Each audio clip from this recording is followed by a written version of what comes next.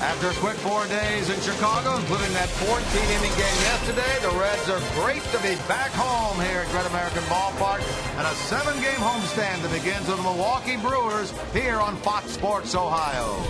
Reds are right in the midst, as you can see, of a 14-game stretch against their own division. So far through the first 7, 4 wins, 3 losses, 7 to go, including tonight's 3-game set against the Milwaukee Brewers. And hi, good evening, everyone, and welcome to Reds baseball here at Great American Ballpark. The start, as we mentioned, of a 3-game get-together against the Milwaukee Brewers. Jim Kelch along with Chris Welsh. And Chris, while the Reds did not get the job done in that final game of the Cubs series yesterday, they did win 3 out of 4, and it was nice to see Jay Bruce continue the hot stretch he's been on. Yeah, a lot of people, worried about that last game, but 3 out of 4 is excellent, and a lot of that has been due to the offensive doings of Jay Bruce. He's one of those streaks right now where he's seeing the ball real big. He's squaring up the ball. He's hitting the ball to all fields, and that's the thing that you really key in on for Jay Bruce. This hit right here and another one that he had yesterday, that line drive over the shortstop, that's the kind of base hit that can really keep a guy going on a streak. And when Jay Bruce gets hot, I'm not sure if there's anybody in baseball that can get hotter.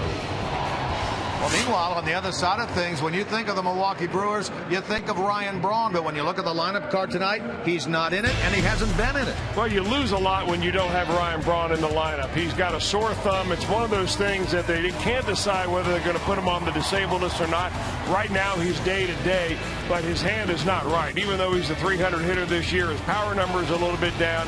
And this goes from being a very good offensive team to just an okay offensive team without a guy like Braun right in the middle to be an enforcer. Meanwhile, they have some other players they turn to, mainly this young man, Gene Segura. Well, Gene Segura, don't look now, but this guy is one of the best players in all of Major League Baseball. He leads the team with 10 home runs. His on-base percent, his batting average is up around 340. He's not a big guy, but he's a powerhouse. He can hit the ball a long way. He drives the ball the other way. And the way that Carlos Gomez is swinging the bat lately, they're a pretty tough and challenging combination between those two. Gomez has 11 home runs. He's hitting also over 320. So he combines some power, some speed. These are the guys on this Brewer lineup that you really got to be concerned about if you're Bronson Arroyo or Brian Price or any of the pitchers that are going to come in to face them. Well, as I mentioned, the first game of this 3-game series, these teams haven't met since the early days of May when the Reds swept a 3-game series against this Milwaukee club here. We'll step aside when we come back and look at tonight's pitching matchup for Game 1. That features the former Red Kyle Lohse against the right-hander Bronson Arroyo.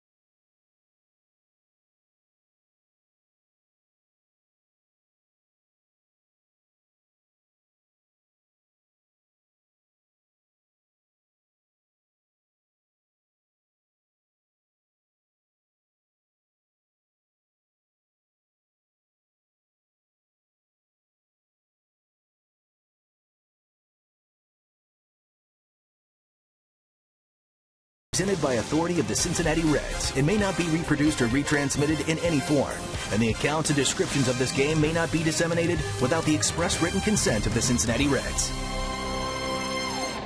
Oh, it's great to be back for a weekend in Cincinnati. The Brewers and the Reds, opening game of this 3-game series after 4 crazy weather days in Chicago.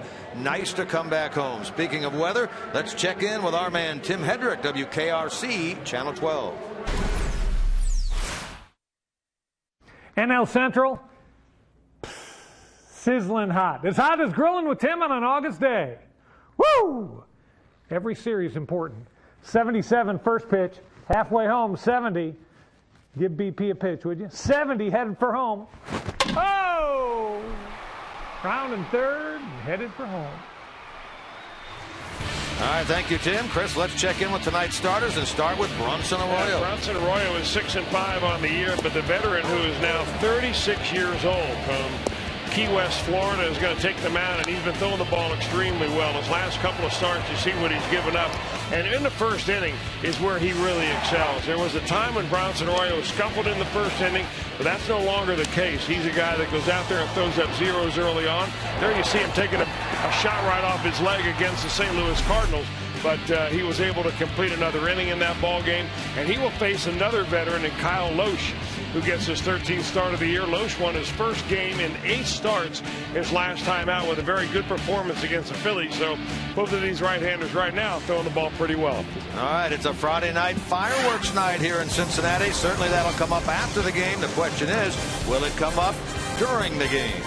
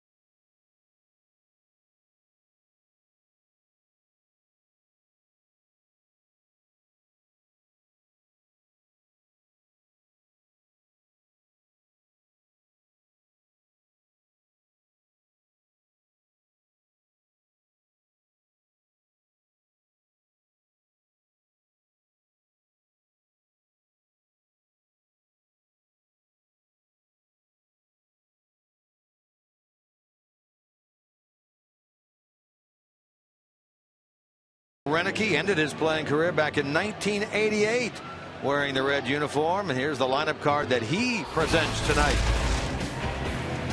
Norichka Aoki leads off, then Gene Segura and Carlos Gomez. The middle includes Aramis Ramirez, Yuniesky Betancourt, and Logan Schaefer.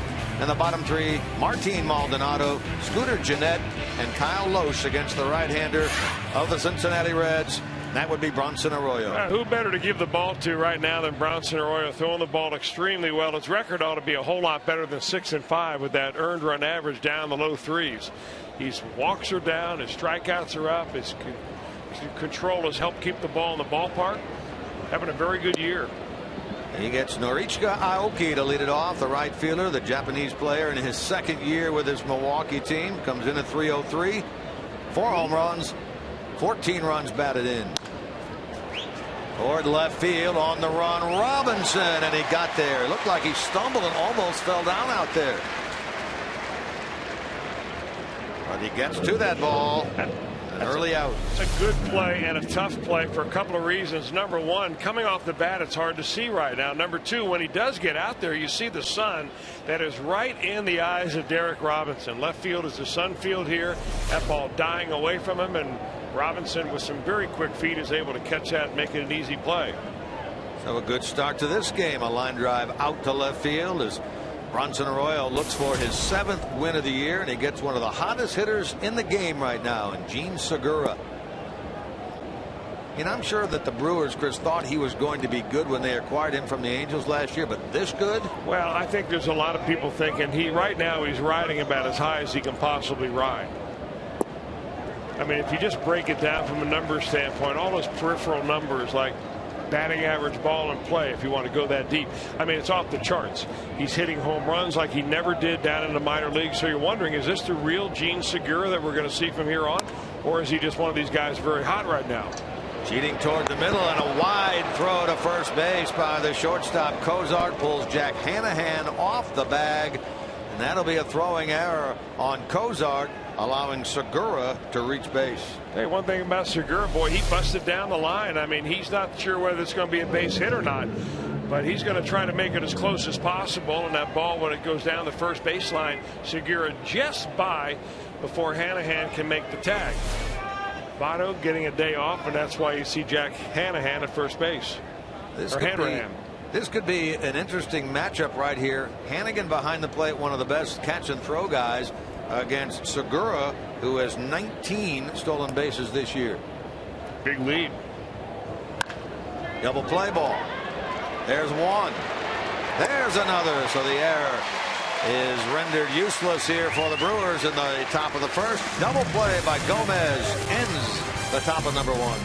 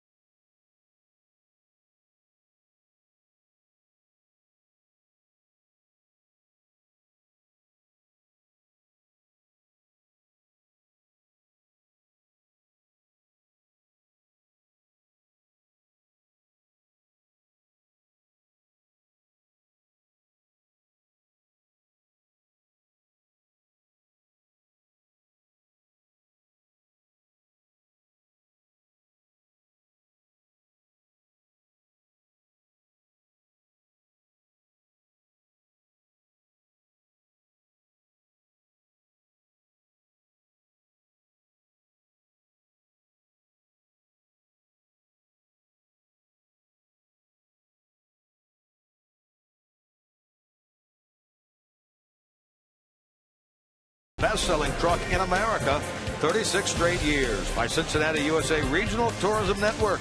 Book your stay at CincinnatiUSA.com. And by Skyline Chili. Feeling good. It's Skyline time.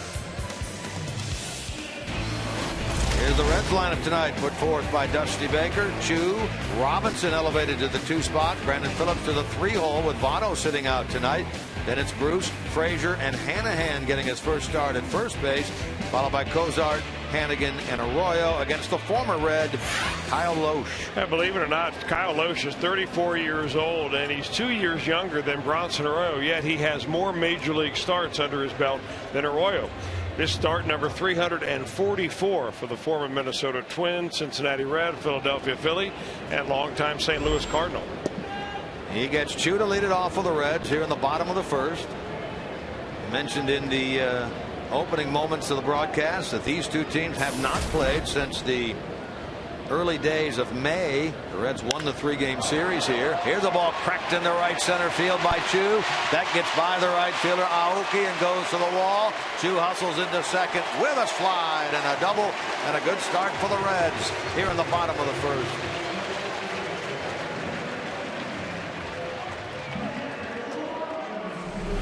Boy, this sounds so good off his bat when he centers it like that. Look at the concentration that he has watching the ball hit the bat. The great simple swing, nice follow through, and a gapper to get it going. Chu had only 3 hits and 16 at bats in the Chicago series. Comes up big here to get things started. Was 1 for 5 in the 14-inning game yesterday. Now here's Derek Robinson, switch hitter, bats from the left side. Playing left field. Starts the game at 3:02 with 5 runs batted in. Yeah, we say this all the time, and it seems so simple. You get a runner at second base, nobody out. The next guy's job is to get him over to third, pull the ball. But when you're a slap hitter like Derek Robinson, it kind of takes you out of your normal approach. He's got to figure out a way to hook a ball to the right side to get Chu over to third base here. Ramirez protecting against the bunt down at third. This ball lifted into right field. Aoki will get himself in the throwing position, make the catch, and Chu stays put out at second base. Just not deep enough. Take a look at the Milwaukee defensive setup behind the starter Kyle Loesch, brought to you by your Ford dealers. They have Logan Schaefer making his 4th consecutive start out in left for the injured Ryan Braun. Carlos Gomez in center, Norichka Aoki in right. Then it's Ramirez, Segura, Jeanette, and Betancourt across the infield. Loesch is caught tonight by Martin Maldonado. Here's Brandon Phillips. Brandon had an excellent series in Chicago. 8 RBIs, including his 6th career grand slam in that first game, that fog game on Monday night. Boy, was that weird weather up there then. Crazy. Runner going to third, and a high throw and a stolen base for Chu. His 7th of the year. I don't recall him stealing third before tonight. Well, you know, I think it's a perfect time to do that. You want, if you're going to steal third, you do with 1 out, not no outs or 2 outs. And you do it early in the count, so you give your hitter now an easier chance to get it. There was nobody in the middle infield holding him close. So he does that all on his own right there. Read the infielders. Segura way deep at third. The second baseman was nowhere near. So now you got a runner 90 feet away. Corners again cheat in as Phillips swings and misses here, and he's down 2 strikes. Our statistician Joel Luckup says yes indeed, that is the first steal of third by Chu this year. Saw Brandon Phillips bringing a 5-game hitting streak into this one with a hit in 11 of his last 12. Starts the day 2nd in the league in RBIs with 54.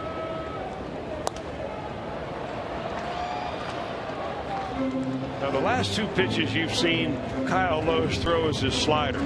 And by his own admission, this slider has been nowhere to be found this year until just about the last couple of times out. And he says, now for some reason I feel good enough I can get out there, get a good extension, and snap that slider off. And boy, when you live and die by the ground ball and slider and you only have 1 of those pitches working, it's been tough. That's why his record's 2-6.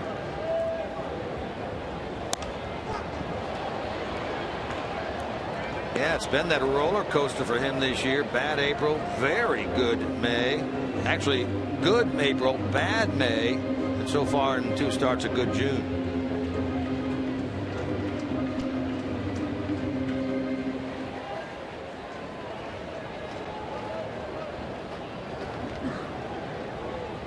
Reds batting in the bottom of the first. Just underway from Great American Ballpark on a beautiful Friday night.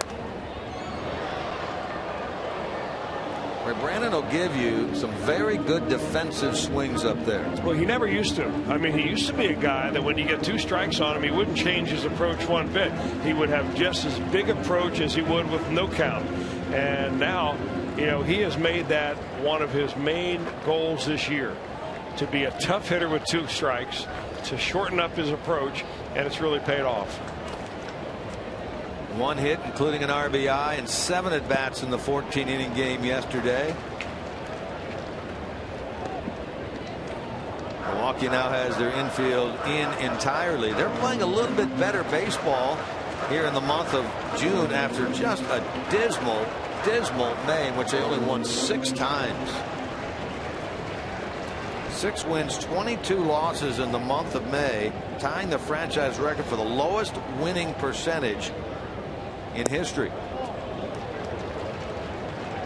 Now 2-2. Brandon Phillips, of course, been very clutch this year. Over 325 with 2 strikes. One of the best hitters in the league in terms of hitting with runners in scoring position at .439, and he's trying to drive home Chu.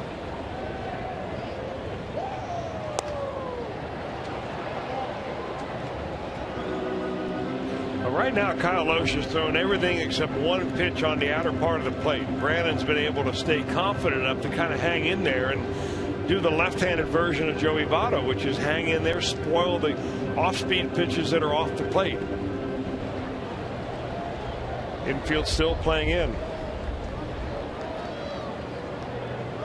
Here comes the 9th pitch now of this AB from Loesch to Phillips. Over the head of the drawn-in Segura in the left field. A base hit for Brandon Phillips. Give him RBI number 55 and a 1-0 Reds lead. Now perseverance pays off for Brandon Phillips. He spoiled one after another really good pitches from Kyle Loesch before he got one. The Loesch gets him to hit on the ground, but because that infield is in very hard in front of home plate, it bounces over the shortstop's head. Had a nice easy ground ball, base runner in to score the run. And you know, you got to hand Shin-Soo Choo a little bit of credit right there, putting himself in position to be able to get that shortstop in and be able to score from third. That stolen base by Choo was only the 20th by the Reds all season. They and the Cardinals the worst in the National League in the stolen base department, but it certainly pays off for them here in the first inning. Well, if he doesn't steal that base, that ground ball is fielded by either the third baseman or the shortstop, and he's still stuck at second. We highlighted Bruce in the opening comments of this game. 4 hits yesterday, tied a career high for him. He's at .279, 10 home runs, 45 runs batted in.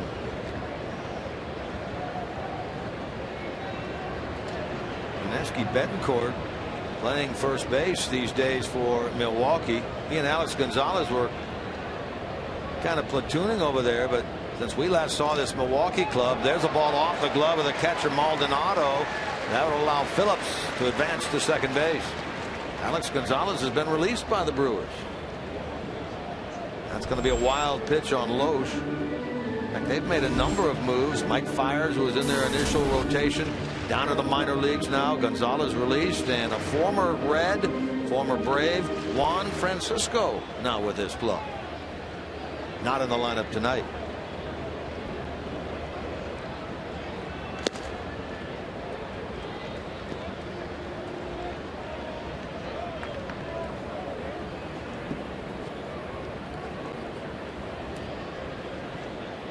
Bruce has 10 home runs. He has 22 career home runs against Milwaukee, the most he has hit against any club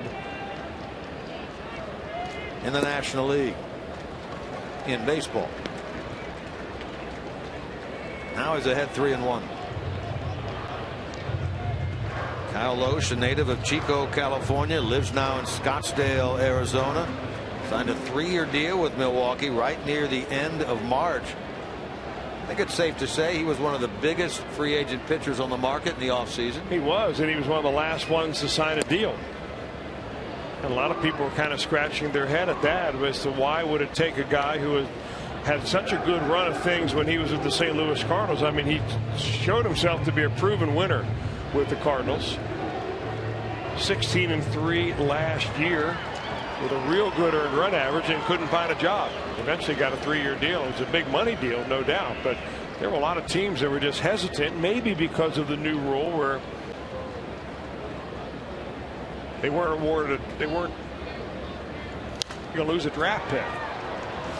down the left field line, and Schaefer will run out of room. You may have to refresh my memory as to exactly how they work, but I believe that there was a new rule in the way free agents, when you sign them, losing draft picks and so on, that had to do with the essentially free agents not getting the kind of look that they used to have. Yeah, they're offered an average price for 1 year, and if they turn that down, we'll get you all the details on that. The Brewers in effect lost a draft pick.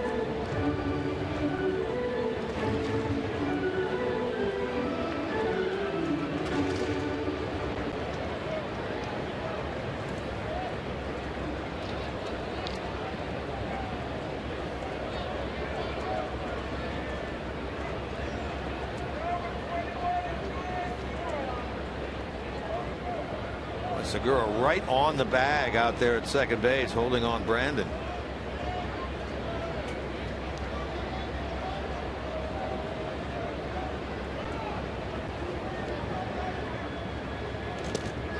That's ball 4.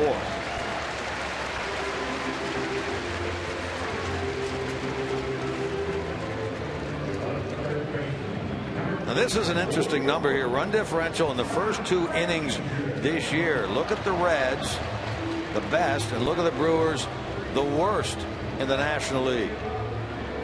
Here the Reds already having scored 1 in the first with a great opportunity for more.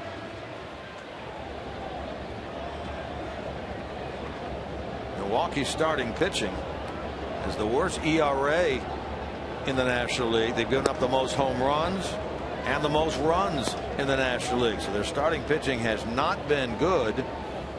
Their ERA overall, with the bullpen being pretty good, is still the worst in the NL. Although from Loesch's standpoint, he's looking at back-to-back quality starts and 2 team wins. Well, here's a skinny on the deal with Loesch. The Brewers lose their 17th pick. Their first round draft pick would be the 17th pick in the draft overall. And not only that, but they lose the money that is in their pool to sign draft picks that would be normally associated with that. So that was a hefty price to pay for signing a free agent. So a lot of eyes of people around the game of baseball said, well, that's the reason Loesch sat on the sidelines for so long, because not only do you have to pay him a lot of money to have him pitch for you, but you also lose, your first round pick.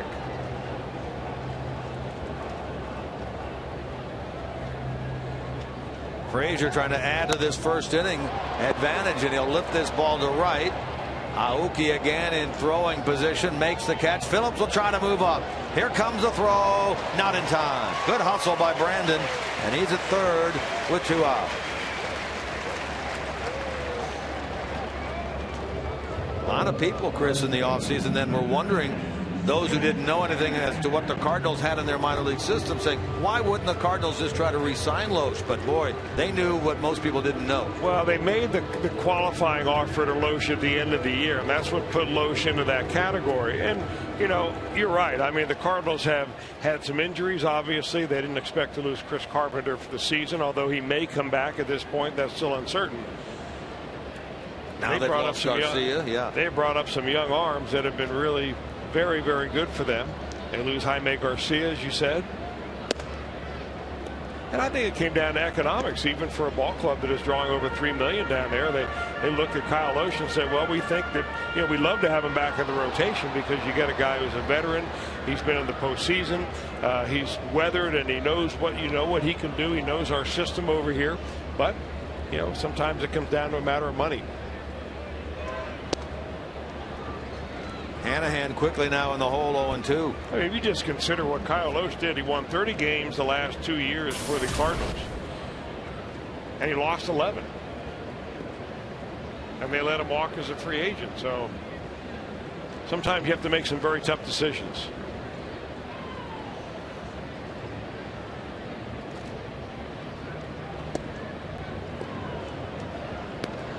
Jack getting the start at first base tonight. Joey Votto, the first night off he has had in 2013, and Dusty Baker talked about it in his pregame media visit, saying, I told Joey, don't come out and hit, sit on the bench, relax, and hopefully I won't need to use you at all tonight.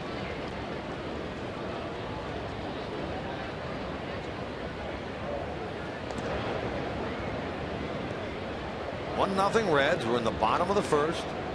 They're making Loesch really labor out there. He's thrown 28 pitches. This inning has lasted seemingly forever.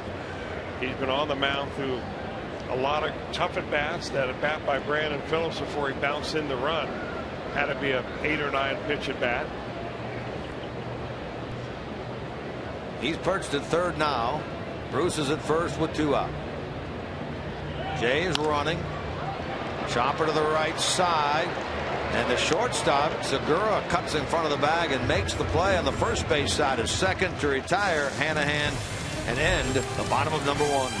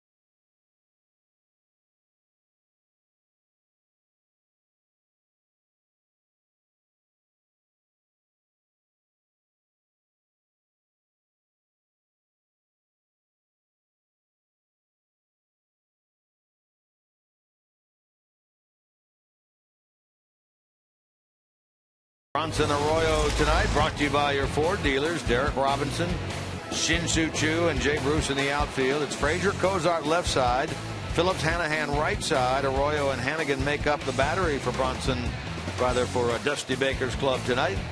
1-0 Reds after 1. Aramis Ramirez leads things off here in number 2.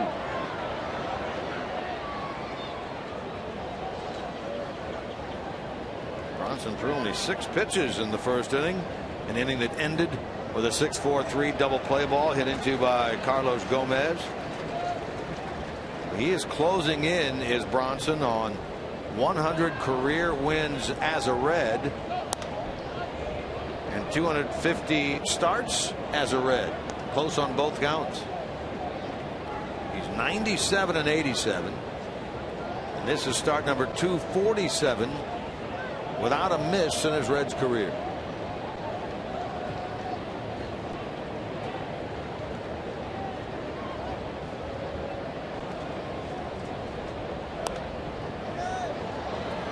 Hannigan will chase, but that ball is out of play.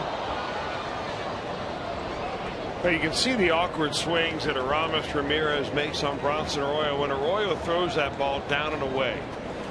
And Aramis Ramirez has never been one of these guys who's been all that committed to hitting that pitch, that low and away pitch. And of course, coming from Arroyo, it's even more difficult because it's spinning and diving away from him. It's almost like he's waiting for that one time Arroyo's coming inside, and it never comes. Good night. That is right at the knees, and Aramis Ramirez caught looking, out number 1 in the second. First strikeout for Bronson.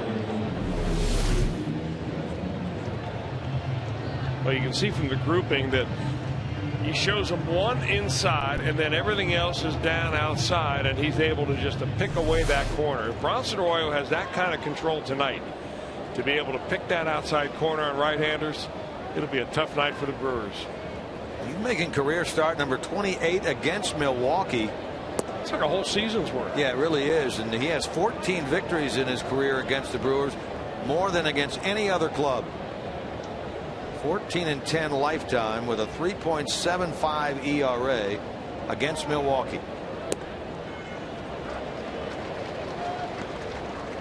He quickly gets ahead of Yuniesky Betancourt. Starts the night at 218 with 8 home runs.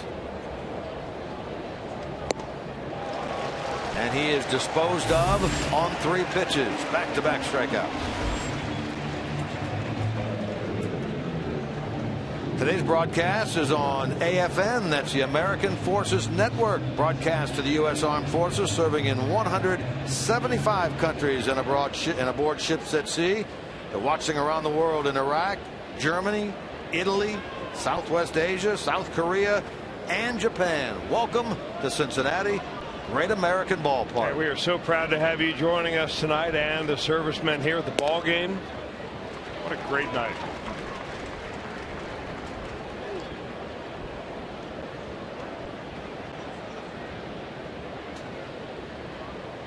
Good time for those young men to come on out to the ballpark, relax a little bit. The hard work they put in, day out.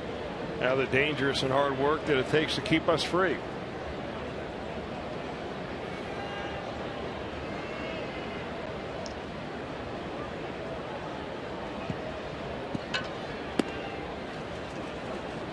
Well, the Cardinals are up to their tricks and games again. They scored 2 runs in the first inning down in Miami off of Jose Fernandez. He's the young 20-year-old ace of that Marlins pitching staff. They got 3 hits and an error that contributed to that 2 runs the Cardinals put on the board to get it going.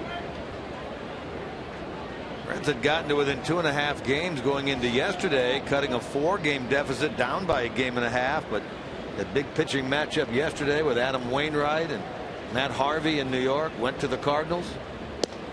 Reds lost that game in 14, their longest game of the season yesterday in Chicago. So back to a 3.5 game deficit going into tonight. And a half game ahead of the Pirates for 3rd. Down the left field line. That's a fair ball. Robinson will play it off the wall. Schaefer is into second with a 2-out double. Logan Schaefer making his 4th consecutive start due to the thumb injury to Ryan Braun. We thought we had heard earlier today that they were going to make an announcement regarding Braun as to whether he may go on the DL.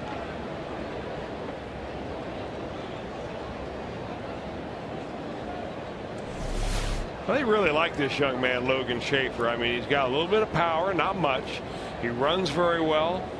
6'1", 180-pounder from San Jose, California. He's been up with the Brewers for cups of coffee the last couple of years. Nice pick on the backhand by Brandon Phillips, who throws out Maldonado, putting an end to the Milwaukee second.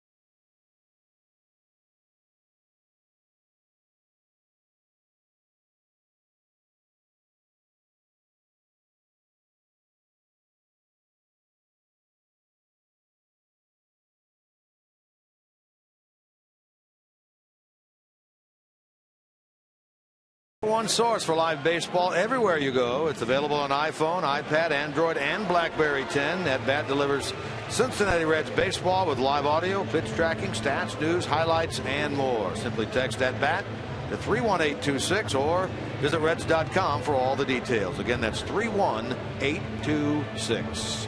Concourse here at the ballpark. People getting their dinner. That's right down near the condominium, it looks like. Jim Day's hangout. Jeff Pecoro down the third base side of the ballpark. They are no doubt lounging down there, taking in the game until it's time to work later on. Cozart to get it started here in the home second against Kyle Loesch. Zach at 245 with 6 home runs.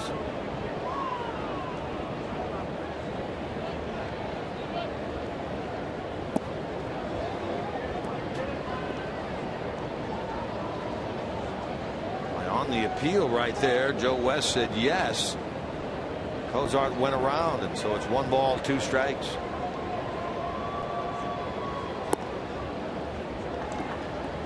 Empire tonight, that's Rob Drake behind the plate. Crew chief is Joe West. He's at first. Sam Holbrook at second. Clint Fagan is over at third. Nice piece of hitting there with 2 strikes for Zach Cozart. Hits it hard into right field, and Cozart now has hit in 4 in a row.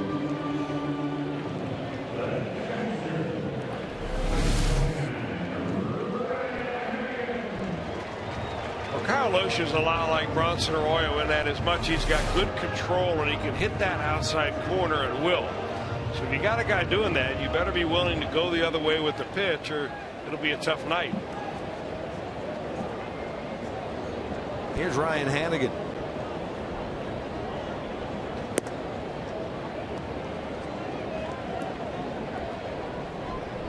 Hannigan starts the day at 163 with a couple of home runs.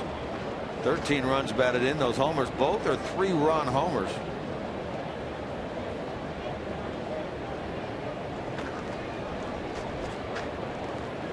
He's in there fresh today after Devin Mesoraco caught the 14-inning game yesterday. Smashed to short that almost knocked Segura on his backside. He does go down. The ball skipped over his shoulder and out into left center field. Schaefer will get it back in. Boy, that thing was blistered with a lot of topspin there by Hannigan. Well, that must make Ryan Hannigan feel like Superman out there, that he hits a one-hopper and he knocks down the shortstop in the process. I mean, not exactly the classic way you field that ball. I mean, maybe Segura thought he didn't have any other way of getting out of the way of it. But if you're Kyle Loesch out there, you got to be thinking, man, yes, the ball was smoked, but it was right at somebody, and he ought to be sitting on 2 outs right now. Instead, the Reds are first and third and threatening to score again. Bronson Arroyo leads his team in sacrifice bunts with 7. Bunts that ball out in front of the plate. Looked by Maldonado to second, but in the end he will go to first. It's looked by Maldonado because Segura wasn't covering the bag. I mean, this kid may be being pushed as one of the best players in baseball right now, but he's made 2 fundamental errors in the last 2 plays. Once he dives out of the way of a baseball that's hit hard, and here, where is he? He's supposed to be standing on second base, so when Maldonado comes up looking, there's no one near second.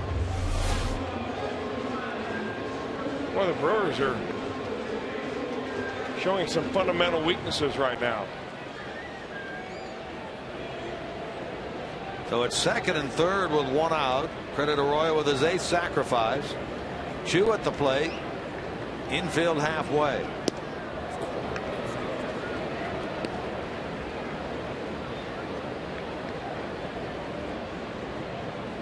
Chu ripped a double into right center his first time, his 18th 2-base hit of the year. He's now hit in 4 in a row, 7 of his last 8.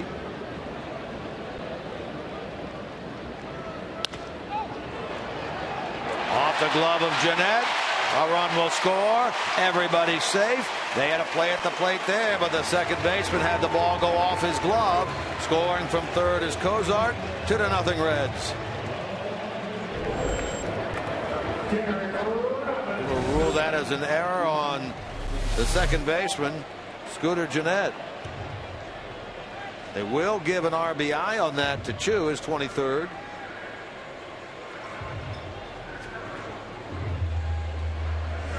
So it's 2-0 Cincinnati. This Milwaukee club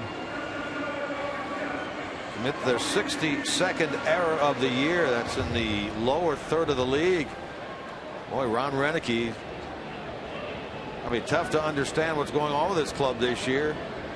2 years ago, they were division champs. This year, they are 11 games under 500. Well, you give the Reds some extra outs like they have done in this inning. You turn the order over. And even without Joey Votto in the lineup, you give an offensive club like the Reds at home a chance to swing some extra swings. You are really flirting with getting blown out.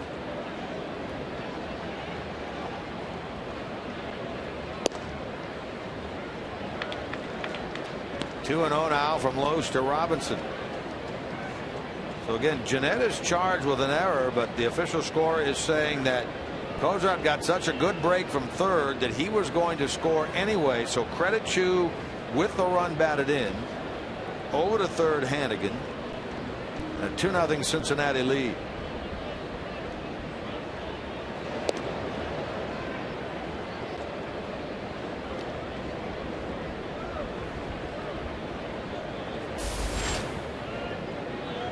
Robinson fly to the right fielder. Aoki his first time.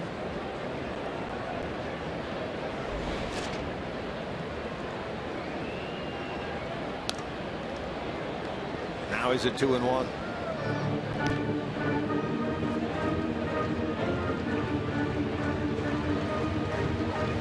Reds beat this Milwaukee club back on the 10th, 11th, and 12th of May here to sweep the 3-game series. 13-7, 5-1.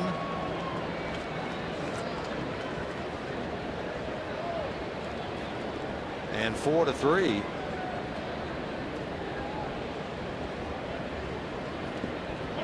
Check swing and a strike. 2 balls, 2 strikes.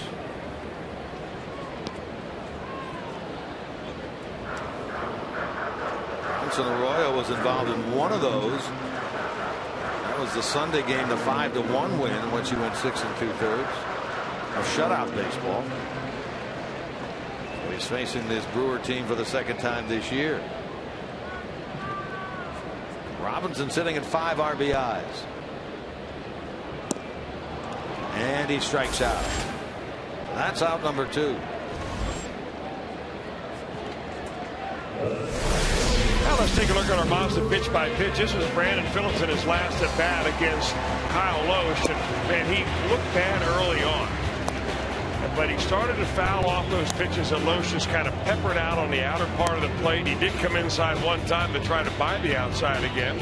And finally he gets a pitch that he's able to knock right into the dirt. This is after what, one after another foul ball over the head of the shortstop Segura, the first run of the ball game, and Brandon Phillips' perseverance pays off on our Mazda pitch by pitch.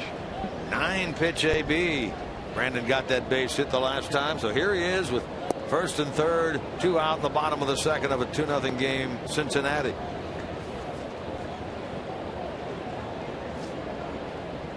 Brandon trails in the RBI category only to Paul Goldschmidt of Arizona, who has 59. Phillips with 55, including his 1 tonight. Diamondbacks will be in action later this evening out in San Diego.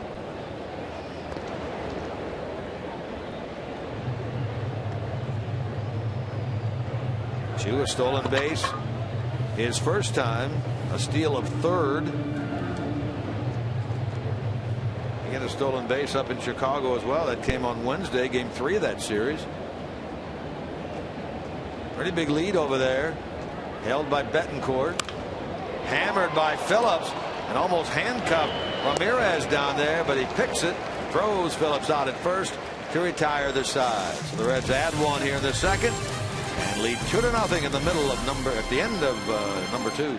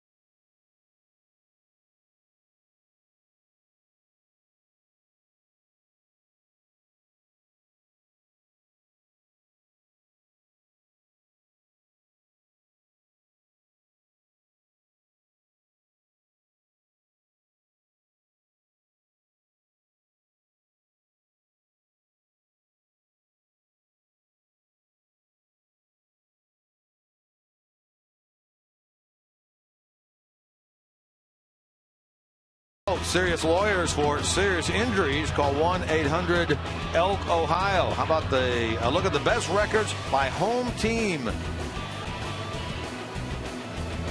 within the division since 2010. The Reds and the Brewers, look at that, 22-7. Very good mark right there. Brewers against the Pirates, they've done very well as well. So look at best record by home team in division series since 2010. Elk and Elk storyline. Here's Scooter Gennett. Left-handed hitter leads off here in the top of the third. Gennett recently called up less than 2 weeks ago in the 3rd of June. Considered one of their top prospects. Certainly their top infield prospect. The fact that Ricky Weeks was not getting the job done offensively led to the call-up of Gennett. And it pays off for them right here as he lines that ball into the seats out in right. His first home run, and it is a 2-1 game.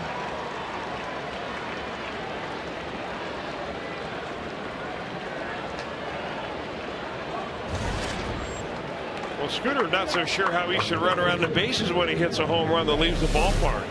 That's the first of the year as he gets this pitch down and in from Bronson Arroyo and gets it into that short porch in right field. He hit 1 home run last year, earlier this year, when he was playing down in Nashville in the AAA team. He had 5 in 2012. So his first big league home run gives the Brewers their first run as Lozier is thrown out by Frazier at third. Bronson Arroyo gives up his 11th home run ball of the season. Most of them have come against left-handed hitters. 8 of the 11.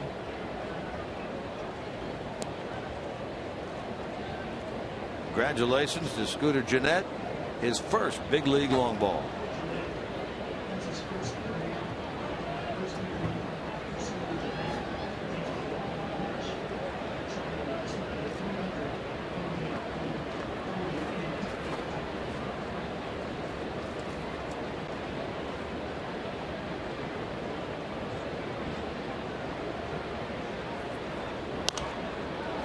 Aoki lifts this ball near the dugout and caught over there by Todd Frazier. 2 out. Now in tonight's game, the Reds and Brewers are participating in the home run challenge. Every home run in this game raises $12,000 for prostate cancer research. You can make a pledge by going online to homerunchallenge.org.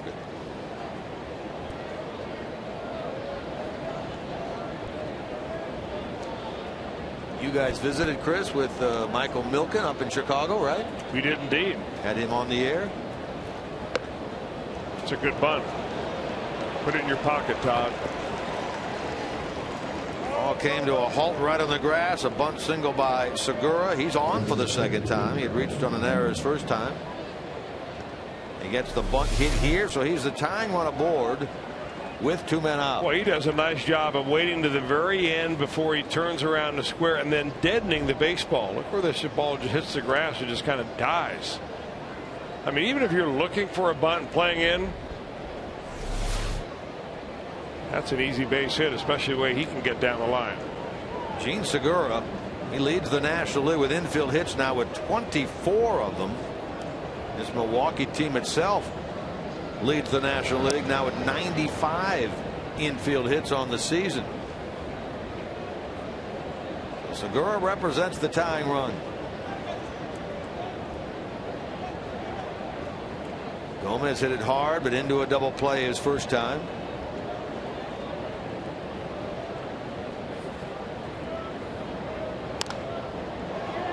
Big uppercut gets him a high fly ball to shallow left.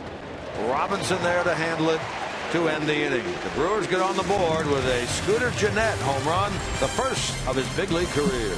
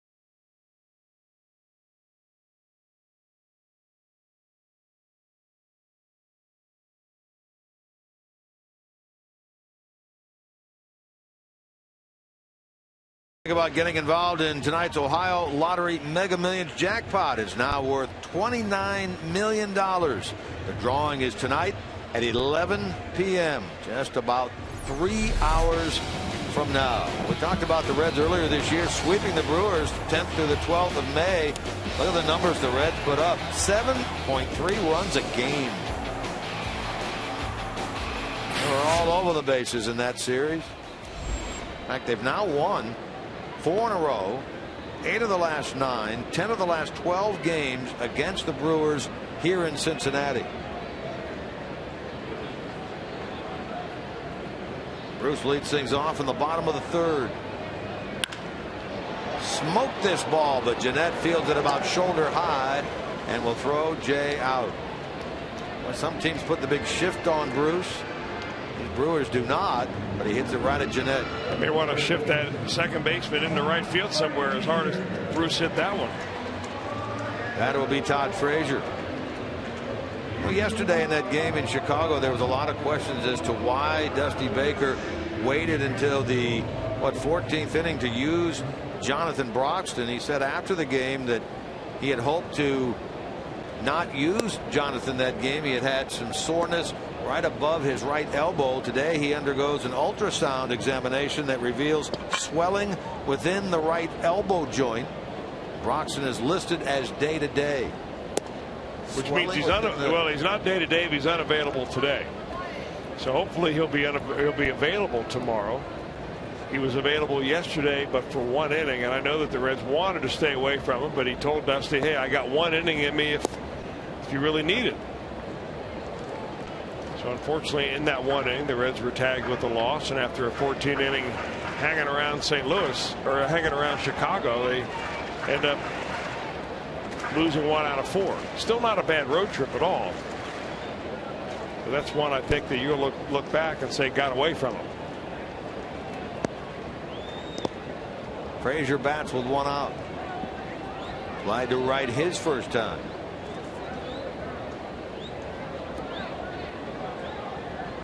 Frazier facing Loesch for the first time in his career here tonight.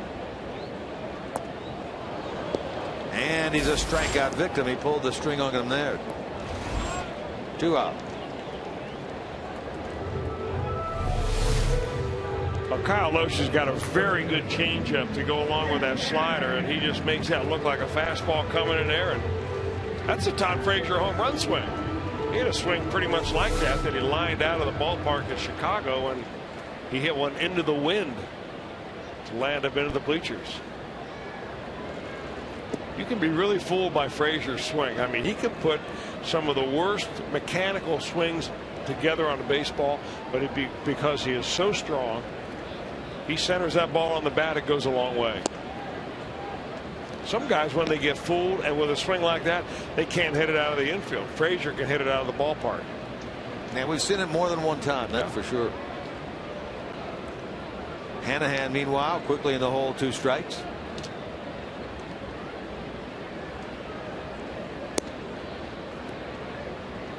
He grounded out to the shortstop Segura his first time on a play in which Segura cut in front of the second base bag and actually fielded the ball the second baseman's side of second base. Goes the other way with this one. It's handled out there in left field by Logan Schaefer. So the first 1, 2, 3 inning of this game recorded by Kyle Loesch.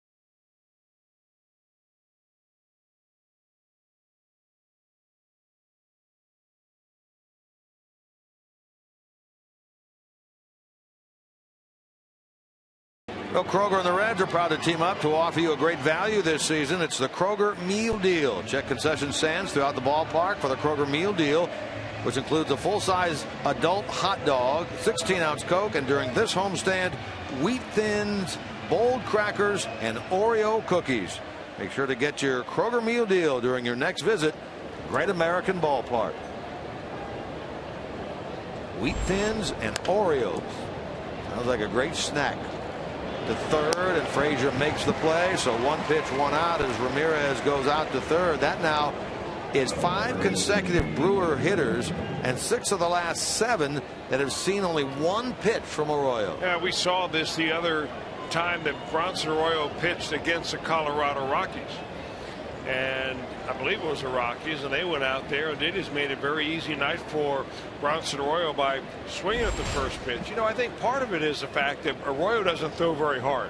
So you see the ball coming out of his hand, and nothing he throws looks unhittable. I mean, sometimes you face a Homer Bailey or a Matt Latos, and he's throwing that ball in mid-90s, or he's throwing a really tight, hard slider on the corner, and you don't swing at it because you don't see it, you don't pick it up, and it's all of a sudden by you. But there's nothing that Arroyo throws that overpowers you. So you see everything, but he's a master of making you chase pitches that are just beyond your comfort level.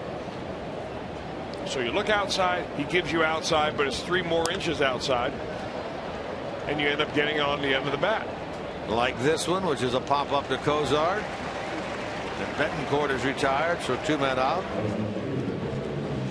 Well, right now on FoxSportsOhio.com, Kevin Goheen profiles UC's new baseball coach, and a pair of Toledo athletes gave up sports to fight leukemia, and tomorrow they are getting married. And Hal McCoy returns to Game Connect tonight to answer all your questions. FoxSportsOhio.com has complete coverage of all of today's action involving Ohio sports. Brought to you by 1-800-SAFE-AUTO. Drive safe, spend less. 2 quick outs here in the top of the 4th inning. Logan Schaefer, one of the 3 Milwaukee hits, is up there. He doubled into the left field corner his first time.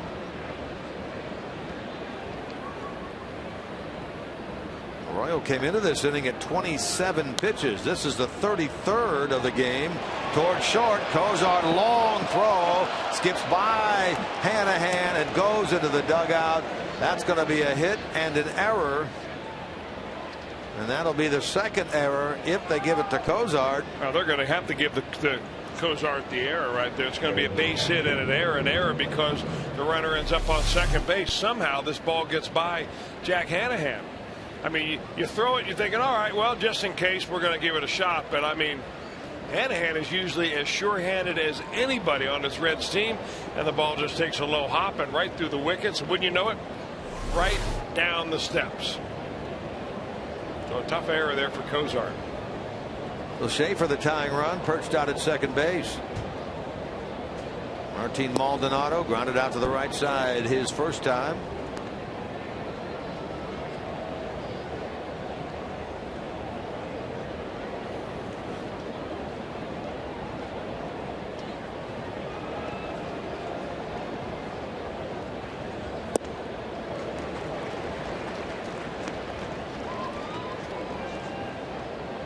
Multi-error night for Zach Cozart is a real rarity. In fact, it's the first time this year, first time in his career, that he's committed 2 errors in a game. He has 6 of them now this year. Arroyo tries to work around that, and he will with a fly ball to center. Hugh gets to the spot and makes the catch. Maldonado retired. Top of the 4th comes to an end.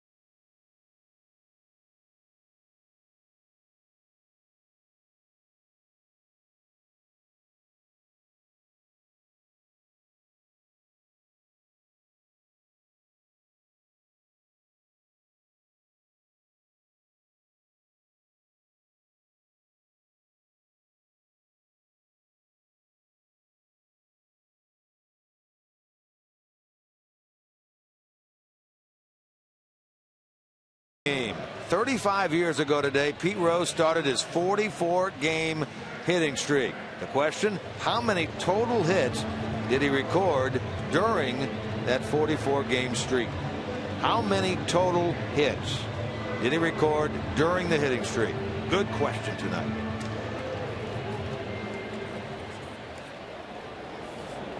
You can start your guessing at 44. Cozart leads it off in the bottom of the fourth. Bottom three in the Reds order: Cozart, Hannigan, and Arroyo.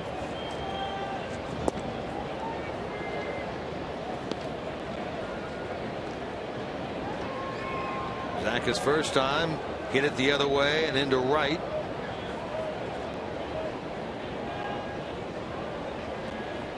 We had a big RBI game the other day in Chicago. He had 4 of them. We had a 5 RBI game earlier this year against the Nationals. That's his career high. Drove in 4 in the second game of that series at Wrigley. Segura will throw him out for the first out of the bottom of the fourth. Just as a reminder, coming up later on this evening during the broadcast, our Miller Time moment of the night, brought to you by Miller Lite.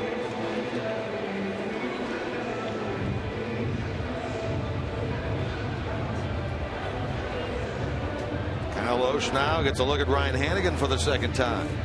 Hannigan hit that ball that knocked over Segura, the shortstop, and went on by him and into left field. Down the right field line, slicing toward the stands, and a foul ball. Good effort out there by Norichika Aoki. Couldn't come up with it.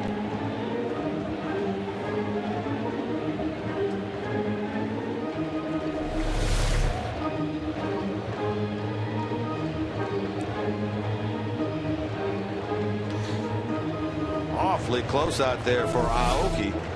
Well, we've seen Jay Bruce make some terrific plays along that side wall this year down the right field line. Aoki almost came up with one of his own right there. Well, you may have seen some cuts in that pad down there where spike marks left by Jay Bruce have kind of opened up the area. There's a couple of them right here, and this one's peeling off. I don't know if Jay got up that high or not, but that's where he's kind of put his foot up there and tried to propel himself up the wall, kind of like Spider-Man. Deep inside, he probably has a Spider-Man suit back in his apartment somewhere. That would make 2 of you then, you and he. Nothing wrong with that. You're saving it for he probably doesn't wear his at the mall like I do. When you go to superhero conventions and the like. Who needs to wait for the conventions? Apparently not you. Christmas shopping's perfect time. That ball was up near the shoulders, hit towards center, and run down by Gomez for the second out. Now the Reds are being nearly as aggressive against Kyle Lohse as the Brewers are with Bronson Arroyo. Both these guys will throw strikes. There's no question about that. So that might be one reason why a hitter will go up there thinking, all right, I'm going to be aggressive, because if I don't swing at the first or second pitch, I'll be down no balls and 2 strikes. The 2 out for Arroyo.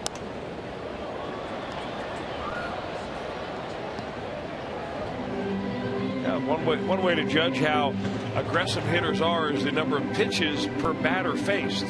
So if you're really down low, and if you're anywhere between below 3.6, you're really low. And you see Bronson Arroyo is among the lowest of all. That means guys just go up there, they think they can hit him, and they start to hack it. Kyle Lohse, even at 3.69, that's a very low percentage. Yeah, really, there wasn't much difference there between number 3 and number 16 where Lohse was. Well, yeah, unless you start multiplying at times 120 pitches per game, and then you see how that number, even in the tenths or 100ths column, can start adding up in pitches. But what it also means is that when a pitcher like Loesch or Arroyo get ahead of you, they don't mess around. Now, in this bat, he's trying to make Bronson chase. But, I mean, Loesch and Arroyo feel like they ought to be able to get a guy out or a decision on the hitter within the first 3 pitches.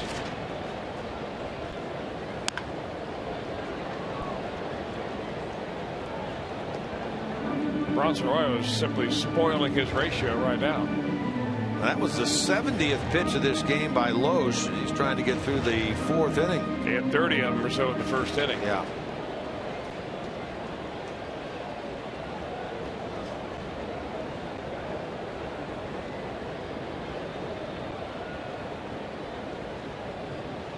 It's really kind of a pretty good night to pitch here. It's warm enough and humid enough to get a good feel of the baseball, but not so hot that you can't, that you're going to wear out. And the wind's not blowing out, which is another added feature for pitchers. Second straight 1-2-3 inning for Loesch, and we are through 4 here at Cincinnati.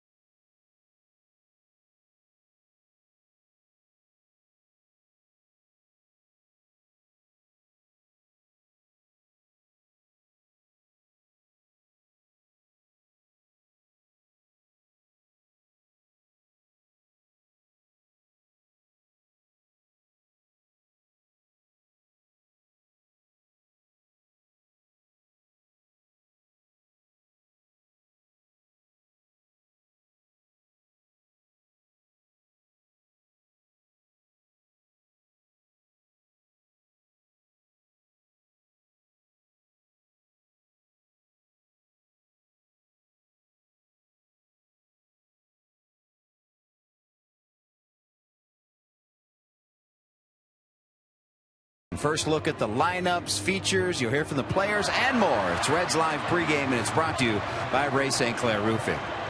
Jim Day with you. Let's give you an update on the medical front, the injury front for the Cincinnati Reds. And a good sign today was Ryan Ludwig. First time that he has actually thrown a baseball, or allowed to throw a baseball. Was not allowed to catch the baseball, but he could throw. He says that he hopes to begin hitting off a tee in 2 weeks, but with rehab and a longer rehab stint, he's still about 2 months out. Chris Heisey spent Wednesday and Thursday in Dayton working out with the Dragons. Didn't play, just worked out with them, went through drills today. Says he feels good, but no timetable for a rehab stint. We'll see how that shakes out. And Johnny Cueto, another bullpen session. It went well. He also took batting practice. Says he is ready to go to pitch Sunday, but no announcement officially from the Reds. But we do expect him to start Sunday. And also on the minor league front, guys, the Reds' top pitching prospect, Robert Stevenson in Dayton, unfortunately pulled a hamstring, and he was dominating for the Dayton Dragons. He was running in the outfield between starts, pulled a hamstring. He was supposed to start in the All-Star game in Dayton. Not only is that not going to happen, he's going to be out 4 to 6 weeks.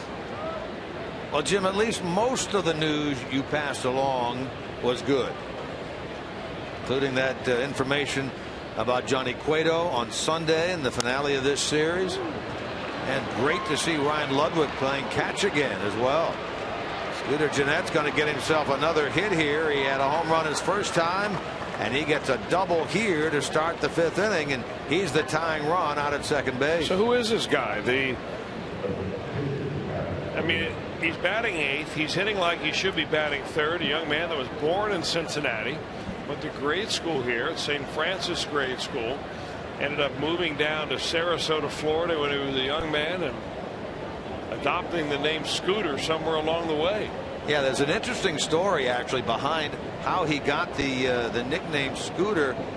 He says it was when he was a young kid and he used to watch the show Muppet Babies. They're going to get the out at first as Loesch moves Jeanette along with the sacrifice. He first used the name as an alias to a police officer when his mother brought him into the station as a scare tactic because he wouldn't put on his seatbelt. Somehow, through all that, the nickname Scooter stuck. Scooter from the Muppets? The Scooter from the Muppets, as I remember, is orange on orange. He's got a really dark orange hair and an orange body. And he's like a gopher, wasn't he? And he had funky looking eyes, like the eyes were inside the glasses. You've got a. I love the Muppets. Yeah, obviously. That's great stuff right there. You know, you go Star Trek and I do Muppets. You do Muppets. Yeah. We each find our own speed.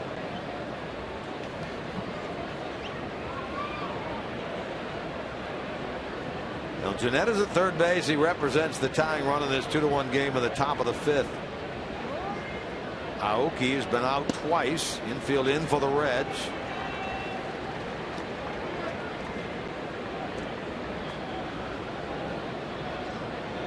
Well, I'm glad to find out it was Scooter from the Muppets and not Scooter from the Cartoon Network.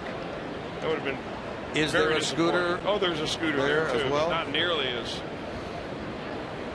It's a strong a character as you get on the Muppets. You know, there's one other interesting note about Jeanette. His dad, Joe, was an associate scout with the Houston Astros under former Reds GM Dan O'Brien. Well, he's having one heck of a night back here in his birth town. Home run, a double, and he stands out there 90 feet away from tying this ball game. If Aoki can get the ball out of the infield, the Reds will play the infield in. Just in case there's a suicide squeeze, they pitch out.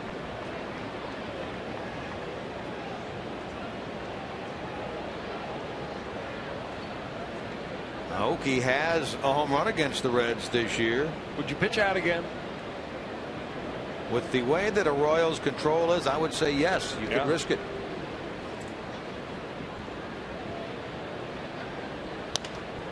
Over the pitcher's mound, but cut off by Cozart. He looks the runner back, and they get Aoki at first base, and that's where that drawn in infield really pays off.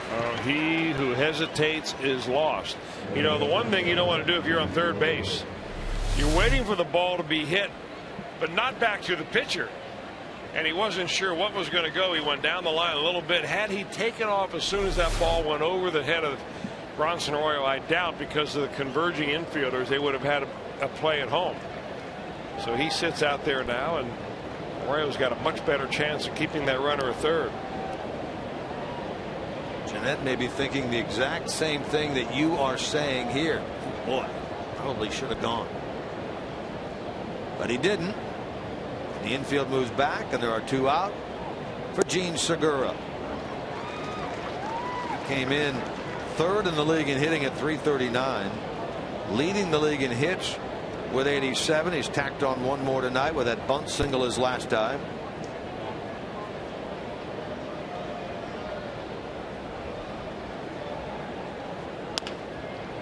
In the hole for Cozart. Strong arm, and he gets the fleet of foot Gene Segura, and a nice job by Arroyo and the Reds to keep this a one-run game in the middle of the fifth.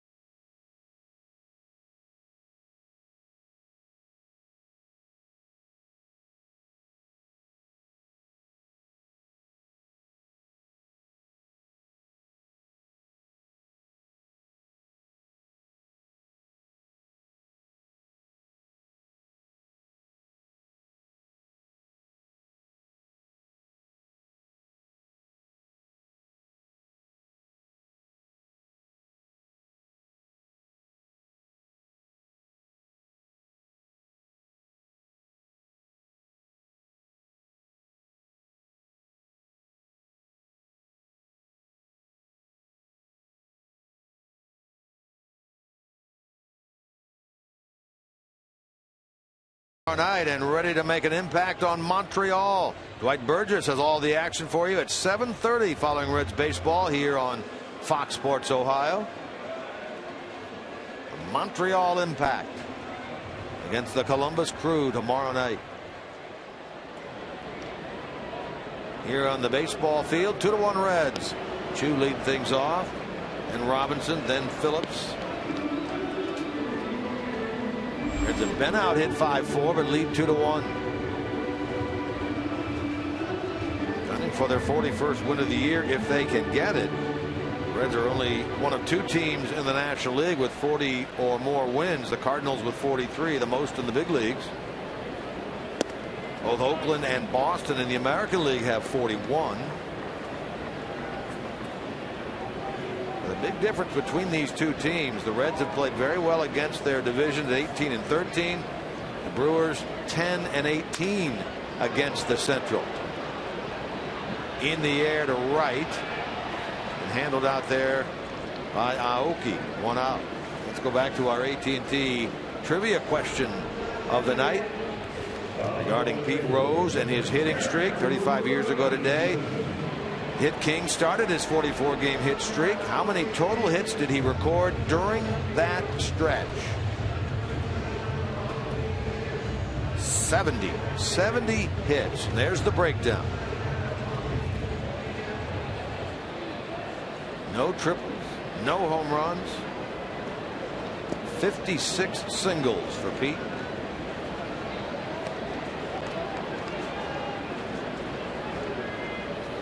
Good question tonight. Yeah, I like that question. Of course, you have no way of answering it unless you study that kind of stuff. Right. I'm surprised that you looked a little befuddled, because that's right up your alley. Did I? Because I think I probably normally look that way.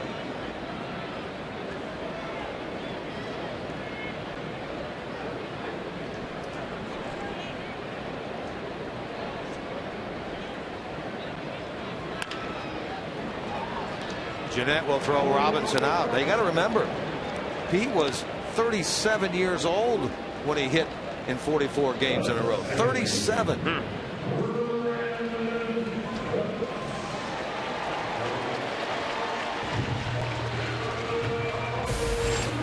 So maybe that's why he had a lot of singles during the streak.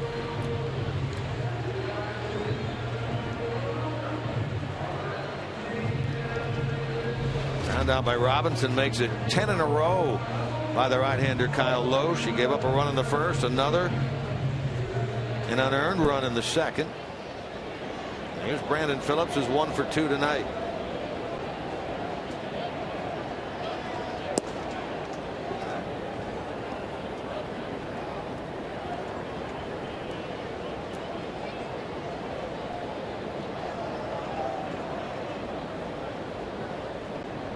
Brandon's another one. We talked about Cozart earlier. Big RBI day in Chicago.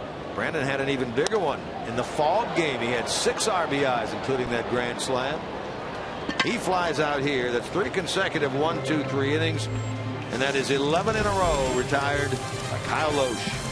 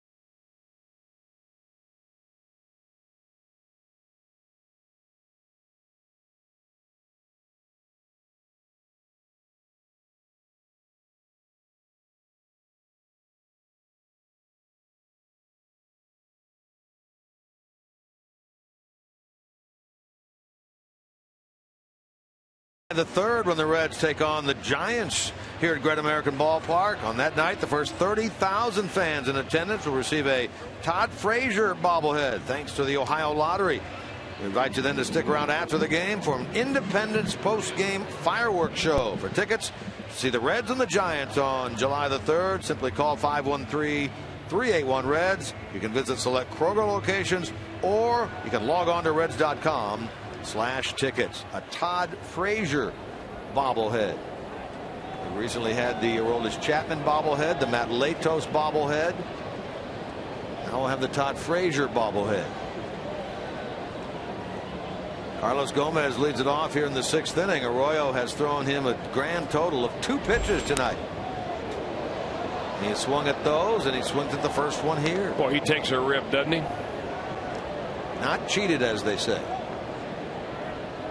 Only 45 pitches through 5 innings for Arroyo tonight.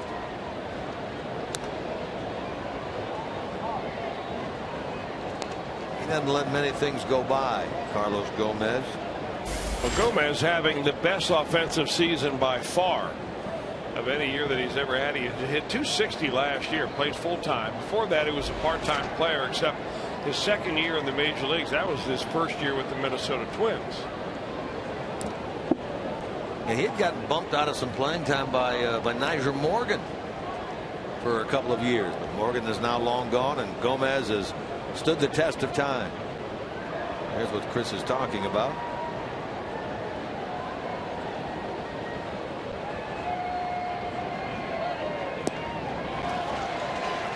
Chases there, strikes out. 3rd strikeout for Bronson. Don't you love it when Arroyo drops down and throws this curveball? Some of these right-handers, they swing the bat with such conviction, and then they find out they miss it by 2 feet. That thing started about 6 inches off the plate, didn't it? I mean, you just can't hold back. So here's Aramis Ramirez. And you can talk about that, flipping that curveball and all you want, but the key to Arroyo is being able to place his fastball where he wants to and throwing that breaking ball for strikes. Hammered into center by Ramirez. That's a base hit. And look at the pitch location. We'll show you to you again. Looked like a changeup that just came right back over the plate. You know how Ramirez was really struggling with the pitches down and away, and that's where Hannigan is, but this ball just floats right over the middle. So if you lose your, and for Arroyo, it's not really control, it's command. You know, control is when you don't walk batters. Command is when you throw pitches inside the strike zone exactly where you want them.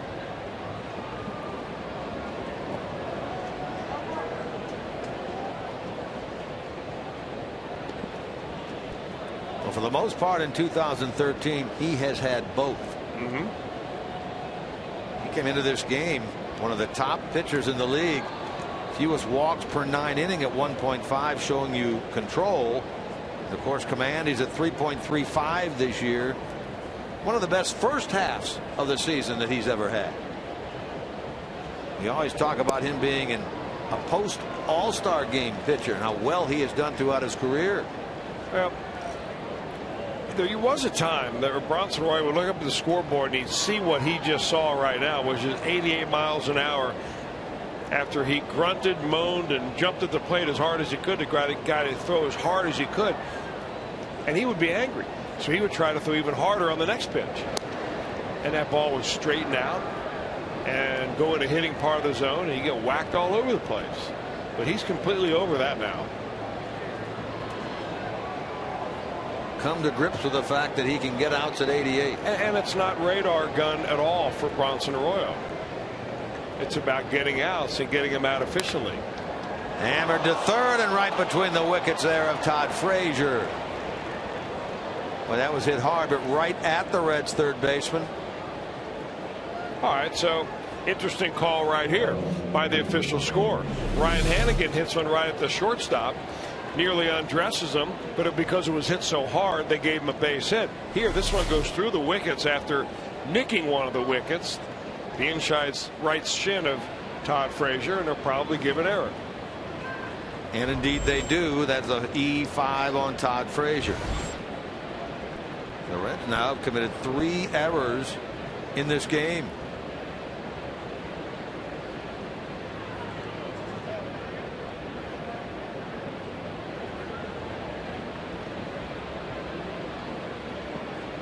Gives Logan Schaefer a chance here. He's already been on twice via the hit, a double in the second, a single of the infield variety in the fourth. So I pose the question in a different way. Had Todd Frazier fallen backward at that ball and had it gone over the top of him and maybe off his chest, would he have been awarded a base hit or be it hung with an error? There's a base hit, the third of the night by Schaefer, but it's not going to tie this game. Wild throw by Chu, but they had already committed to hold Ramirez at third, and the Brewers have him loaded with 1 out.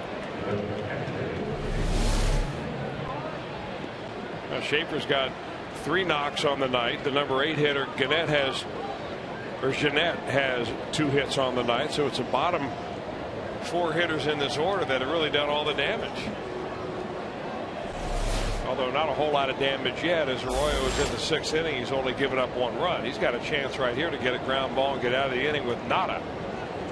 And he worked around an error in the first by Cozart with the help of a double play. Worked around an error by Cozart, a throwing error in the 4th inning with a fly ball out. And he'll try to do the same thing here with Maldonado at the plate. Bases loaded, 1 out. 3 errors for the Reds in this game equals a season high for them. One of the best defensive teams in the National League. And in with only 29 errors on the year, which is 3rd fewest in the NL. Dusty Baker prides his team on the way they play defense. Since he's been here, they have been one of the top defensive teams.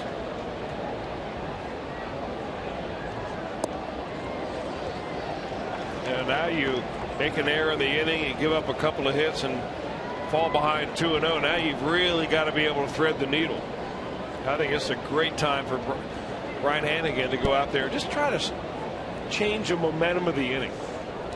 You know, talk it over a little bit, break the tension. And these guys are close buddies. And sometimes you just kind of want to get out of the groove, which is a bad groove, so that you can come back and make a couple of good pitches. He's facing a fellow Maldonado. Did a great job filling in for the injured Jonathan Lucroy last year. This year offensively it's not been the same, although he has done a good job with runners in scoring position to the tune of 333. Ramirez the tying run at third. Betancourt the go-ahead run at second. Schaefer, who's 3 for 3, over at first. Wouldn't Arroyo love another double play ball here?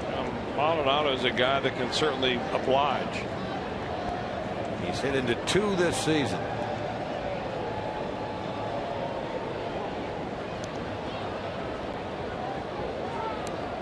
Did it hit him? It did. And that'll force in the tying run here in the top of the 6th. Maldonado gets only his 13th RBI of the year as Ramirez touches the plate, and we are even at 2.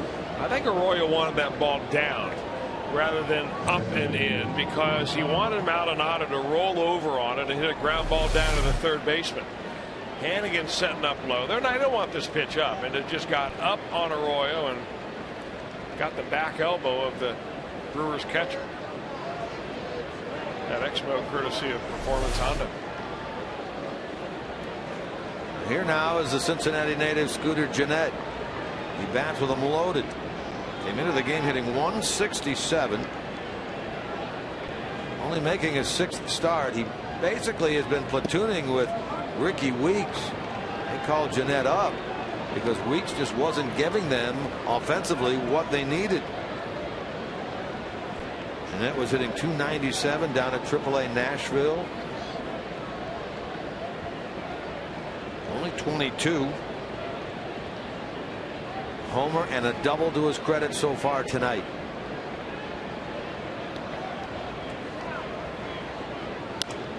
And he'll pop it up.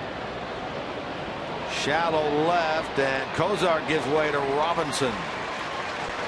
2 out.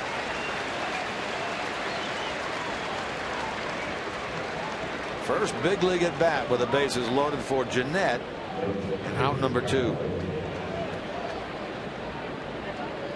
Now if the Brewers are to take the lead, it's up to their pitcher Kyle Loesch. Loesch, a career 151 hitter.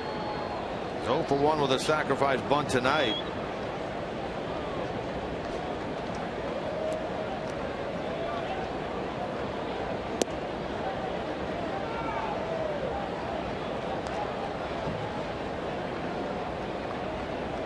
Reds scored back-to-back runs in the first and second.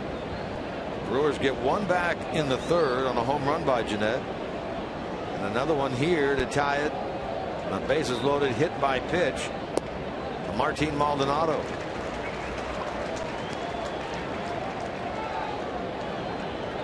1-1 to Loesch.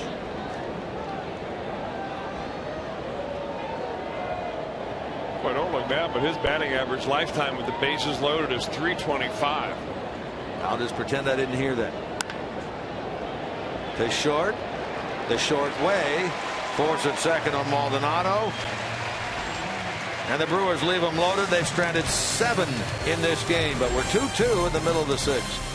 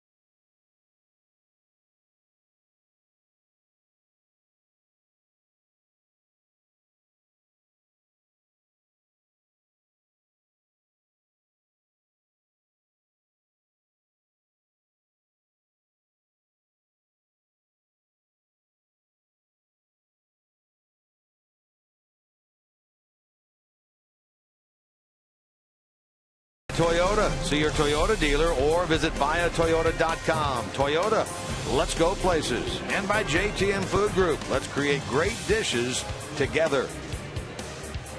View from across the river on the Kentucky side, looking across at GABP, downtown Cincinnati. Sun starting to set on this Friday evening, June the 14th, the first game of this 3-game series. Reds and the Brewers. Now, this June 14th is Flag Day.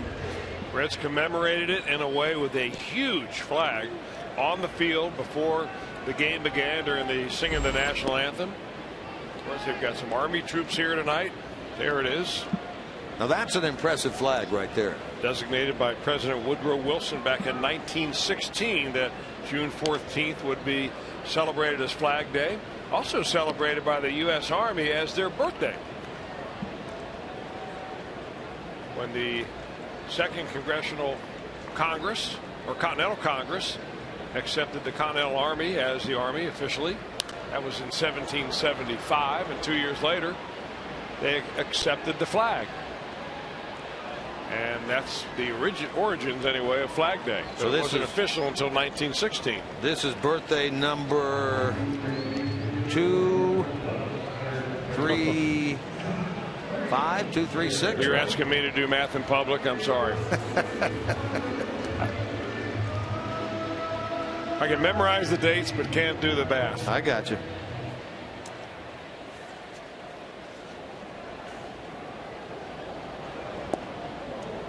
Todd Frazier bats. How about 238th birthday for the U.S. Army? Good. 238. Did you have calculators back when you were in grade school? The answer to that would be no. Okay. But high school? Yes. Frazier batting with 1 out. A dozen in a row set down now by Kyle Loesch. Making his 12th career start against the Reds. 3 up, 3 down. You know, it appears that both the third basemen have the same approach at the opposing pitcher tonight. Ramirez really not committed to hit the outside pitch, and Frazier not either. So in order that the hitter doesn't get too comfortable, you got to come in there every once in a while, and that's what Loesch did right there. Now the question Frazier's thinking, will he back that up with another one inside, or is he going to go right back out on the outside corner?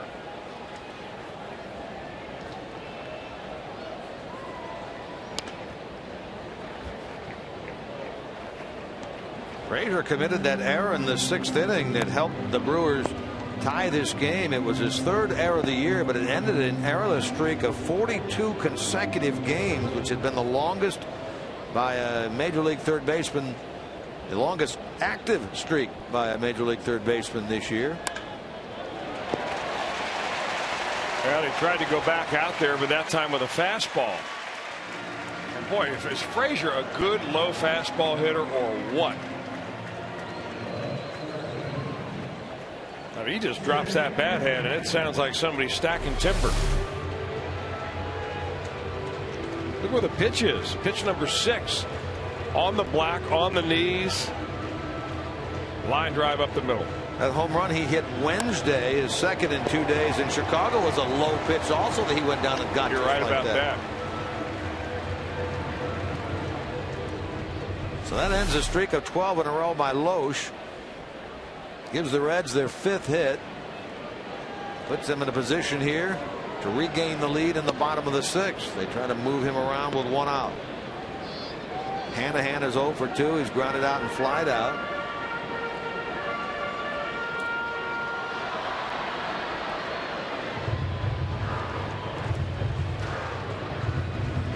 Hanahan got the start on Monday in Chicago in the first game of that 4-game setup with the Cubs.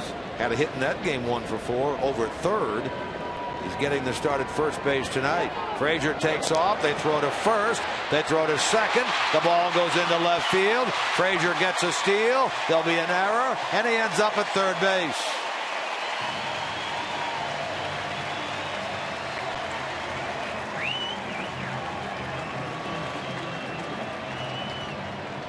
That'll be the stolen base number 4 for Frazier. Betancourt charged with a throwing error. Todd ends up at third.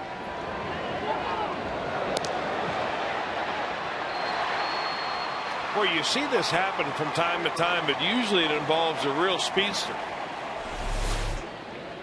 So Frazier gets all the way to third. It's a great opportunity now for Hanahan. Infield in. Hanahan in the hole. Boy, a changeup above the belt, and he just jumped at it and missed it.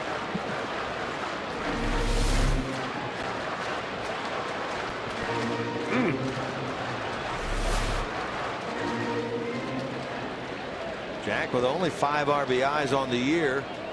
His 6th would give the Reds the lead here in the bottom of the 6th inning. Watch a low slider in here. There it is.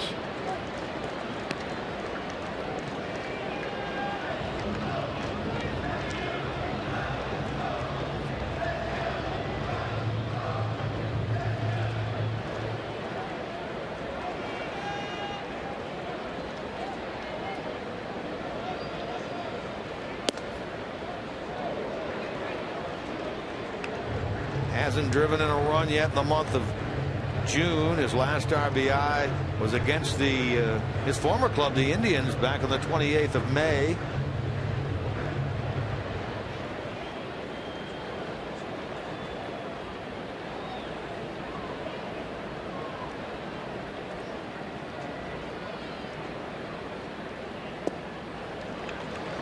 He'll get a look now at a 3-2 pitch from Kyle Loesch. That was his 93rd pitch of this game.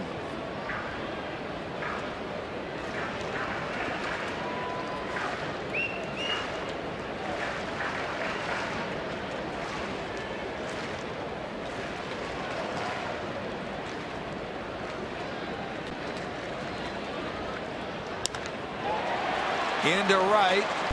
See if this can get the job done. Aoki with the catch. Tagged by Frazier, and he scores standing up. A sacrifice fly by Jack Hanahan, and the Reds regain the lead here in the bottom of the 6th at 3-2.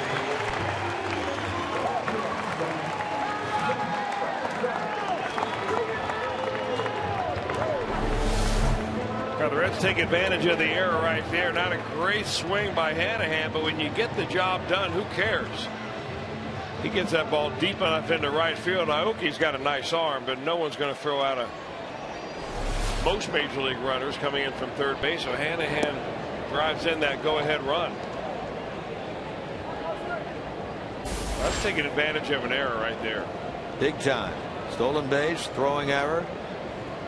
Get the runner to third, and Hanahan gets his 6th RBI of the year and a 3-2 Reds lead.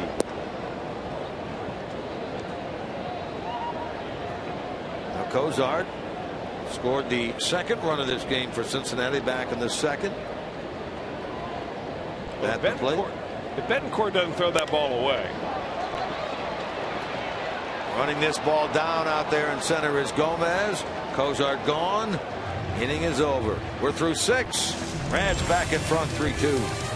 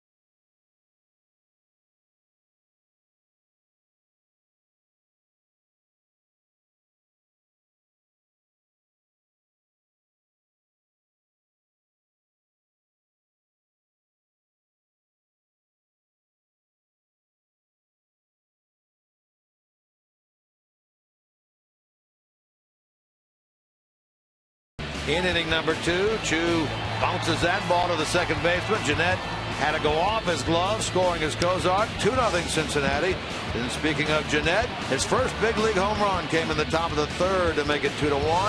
And then Martin Maldonado hit by a pitch in the 6th inning with the bases loaded, letting Ramirez to even it at 2. And then Hanahan in the bottom of the 6th inning, that sacrifice fly to right field, enough to get Frazier home, and a 3-2 Reds lead. Our Honda game summary.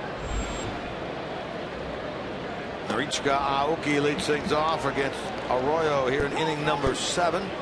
Bronson at 65 pitches through the first 6. That's unbelievable.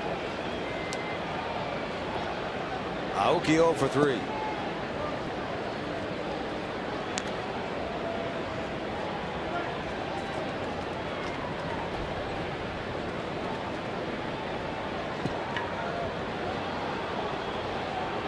Frazier protecting against the bunt. Up the middle and a base hit for Aoki. And so the leadoff man is on for the third time in this game for Milwaukee. They've had a hit in every inning except the first, and a base runner in every inning. He's kind of slashing as he runs, doesn't he, as he comes out of the batter's box? Aoki does. He has a big high leg kick. He hit a liner to left field the first batter of the ball game. But he'll slap that ball all over the place, and he's kind of holds his legs up and kind of running as he swings. Native of Japan, has that swing a lot like Ichiro. You might be telling Jack Hanahan, hey, I really like your walk-up music.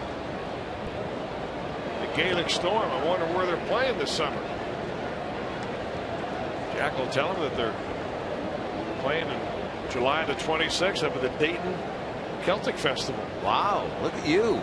So sounds like you might be up there. As long as they don't conflict with the games the Reds will be playing out on the West Coast, you folks are free to go. But if you go, make sure you're back home in time for Reds Live. And patronize our sponsors. That means you can eat all the John Morrell hot dogs you so desire at the concert.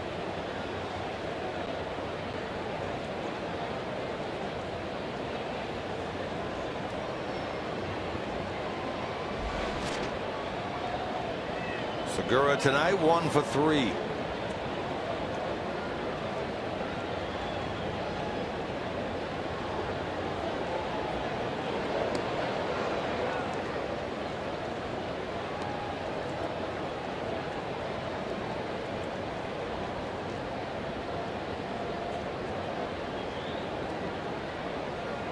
He came over from the Angels last year, 27th of July.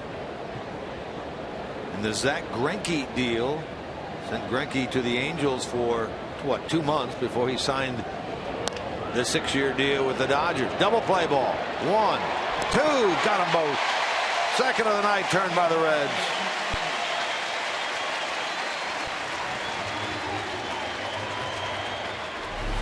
Segura just couldn't wait long enough, and he tomahawks this ball right into DP lane. 4-6-3 it goes.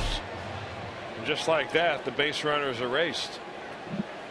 That's the 9th time that Segura has bounced into a double play this year, the most on this Brewers team. So Arroyo now a batter away from a 3-batter 7th. He's due up second in the bottom of the 7th inning. And he's sitting at 70 pitches. Hammered to left field here off the bat of Gomez. That's going to be extra bases as they throw in, but not in time. And there's Gomez again. All 4 at bats. He is offered at the first pitch. 3 of those times he's hit the first pitch and put it in play. He gets his 16th double of the year. Now this is well played by Derek Robinson. It looks like Gomez is just coming up there thinking, you know what, I'm going to sit on something soft right here, and he got a hanger. That ball just kind of like a chula into the base of the wall down there as it deadens, and Robinson got it back in, but a 2-out double. Boy, that double play ball came just in time. Now Arroyo and Hannigan talk things over. Talking about Zach Greinke just a moment ago. Big news out of Major League Baseball offices today. That brawl that took place between the Dodgers and the Diamondbacks earlier this week. Today, 8 suspensions come out of that. The biggest of which went to the Diamondbacks right-hander Ian Kennedy. How long did he get? 10 games. Not enough. Both managers suspended for a game. Both sitting out tonight. Mark McGwire was suspended. And here's a look at it. Gibson 1 game. Mattingly 1 game. Ronald Belisario, you saw him being very aggressive in that thing with the Dodgers. Mark McGwire 2 games. But 10 games for Ian Kennedy. I've not read or heard specifically that they are appealing, but it's almost assumed that they would.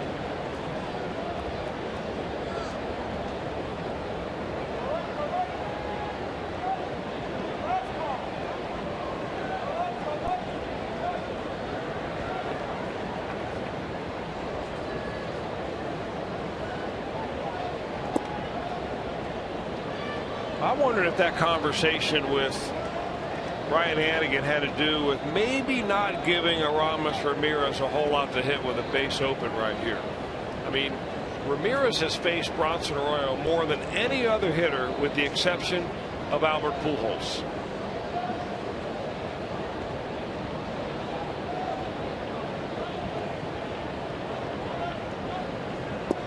And even though his batting average against Arroyo really isn't all that good, he's came into this ballgame hitting .217. You got to figure if you make a mistake to this guy,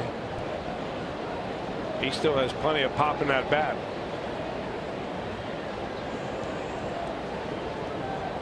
Only a second 3-ball count of the night right here.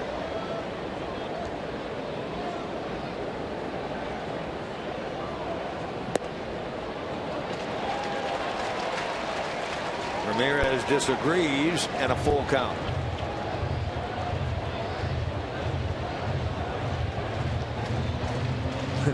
Hitters will turn around, the umpire say, wasn't that inside? The umpire say no. Are you sure? No. Oh, you're not sure? Well, I mean, he just called him a strike. Sure.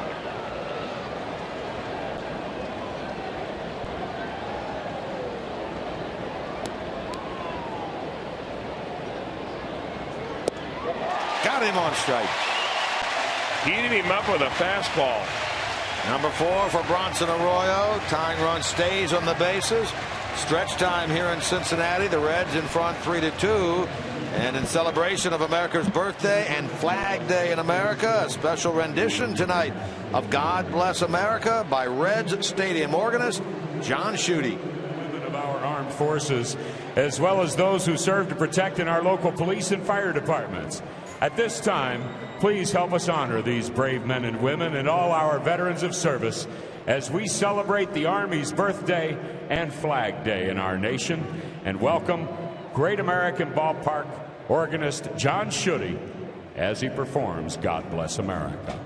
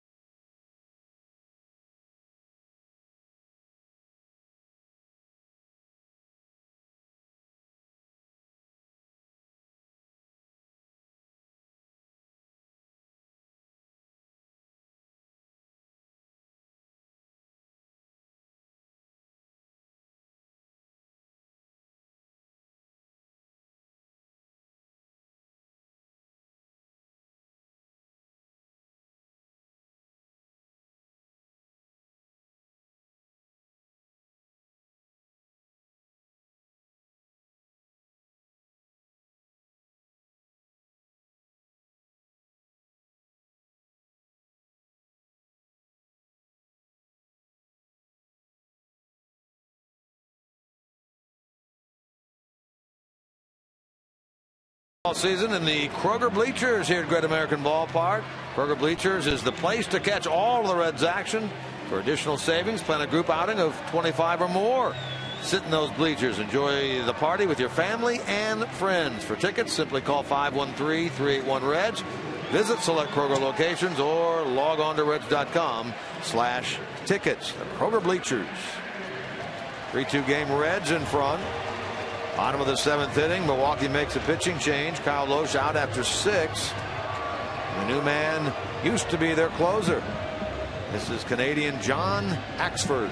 He was actually drafted by the Cincinnati Reds in 2005. They got him in the 42nd round. They decided to not pursue him. He had gone to Notre Dame. He had gone to Canisius College. He's had some tremendous years as a closer for the Brewers. Lost his closing job.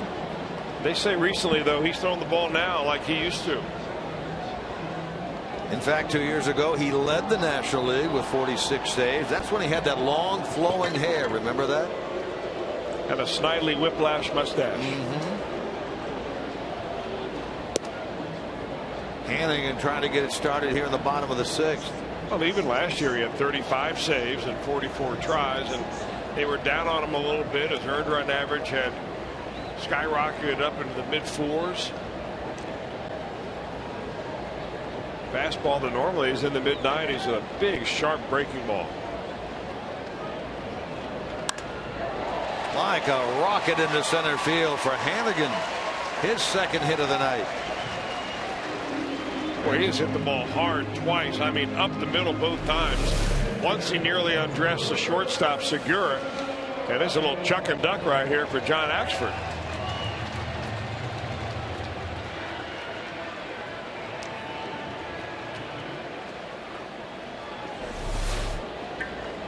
Not a good feeling out there for a pitcher, I can tell you that.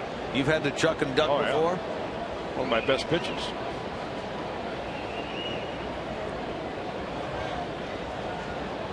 Arroyo with an opportunity now for a second sacrifice. He has 8 of them on the year. Tops on this Reds team.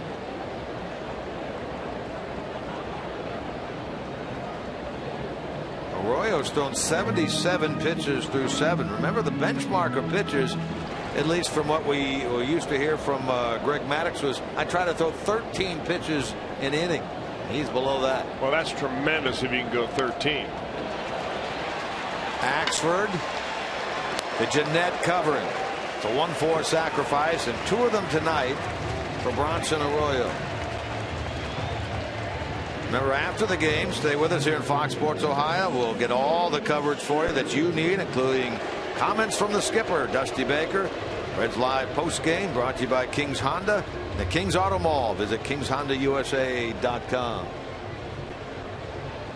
Well, that is 9 sacrifice bunts on the year for Bronson Arroyo, right? Leads the National League. That's nearly twice as many as anybody else on this Reds ball club. So here's Chu.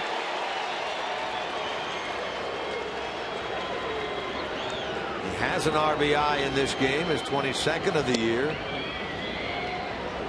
How about the cheer they just gave Chu when he came to the plate? He's got to love this atmosphere of playing here in Cincinnati. Well, he was on the Indians clubs that year in and year out, hovering around or below the 500 mark. All of a sudden he's on a team that sits now at 13 over and in a legitimate battle here in the National League Central Division.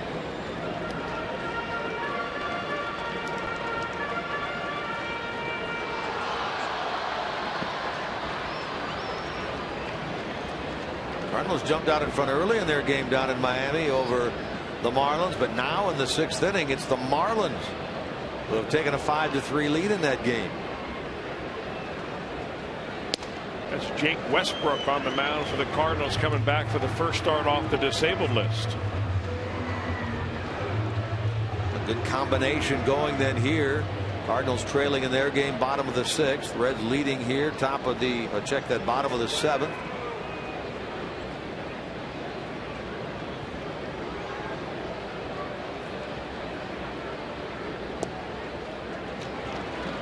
Pittsburgh leading their game in the 8th at home over the Dodgers 2-0. They're a half game behind this Reds team. They'll be the club that follows the Brewers here into Great American Ballpark come Monday night.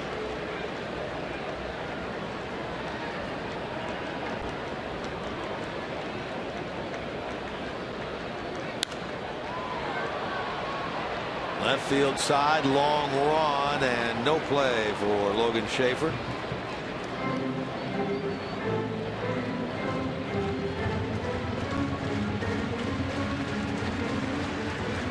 Pitcher spinning the shutout against the Dodgers for the Pittsburgh Pirates is Jeff Locke, young left-hander that has only really had much experience in the big leagues before this year. He's been up for cups of coffee with the Pirates last couple of years, but man, he is off to a tremendous start.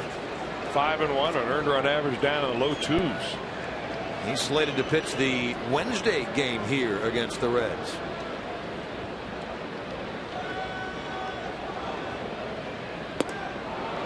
Got him on a pitch up and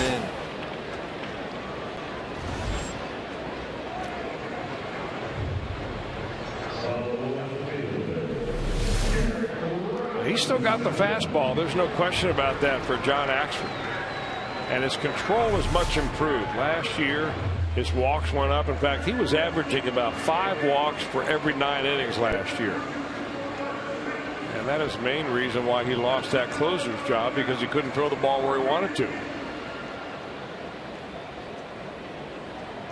When you're wild outside the zone, sometimes you're wild inside the zone. He gave up 10 home runs in less than 70 innings.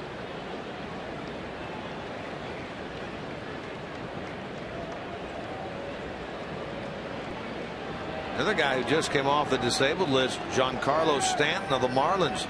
It was his 2-run double that gave the Marlins the lead in that game, now at 5-3 against St. Louis. Robinson tonight is 0 for 3.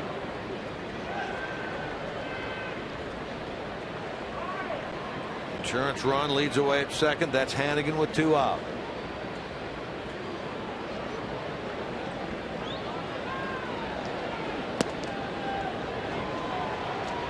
That's 2 pretty good pitches right there. A changeup on the outside black, and then a 95-seam four-seamer right underneath the elbows on the corner. Axford replaces Loesch, who went 6, allowed 3 runs, but only 1 earned, 5 hits. Hannigan led off this inning with a single, advanced on the sacrifice bunt. Now the Reds are trying to get him home.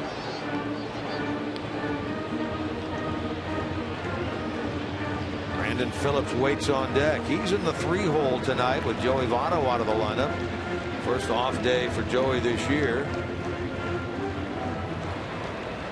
Dusty Baker hopes to avoid using him at all tonight.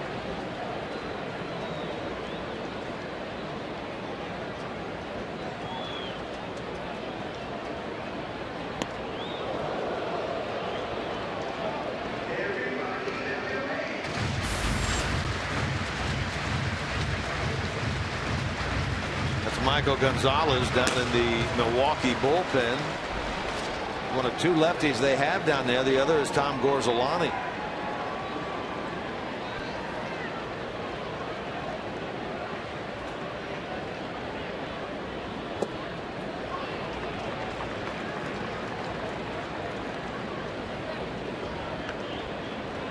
This Milwaukee club is trying to go with 4 starters as long as they can right now due to off days.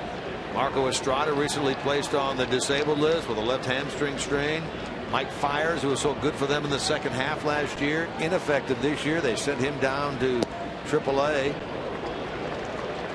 And Giovanni Gallardo, Willie Peralta, Kyle Loesch, Alfredo Figueroa. And that off day that's helping them in there.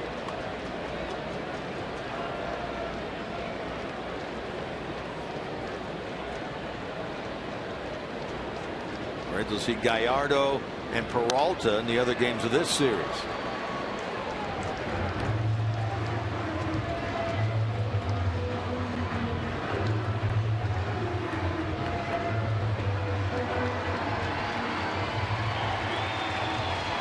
Milwaukee division champs 2 years ago.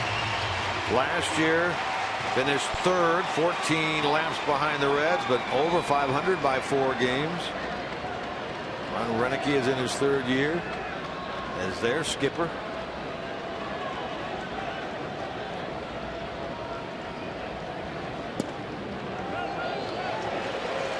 Great at bat.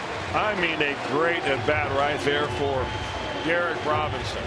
He got down no balls and 2 strikes on 2 of the better pitches that you'll ever see. A changeup on the outside corner, a fastball inside, and he just battled and battled John Axford until he finally coaxed a walk.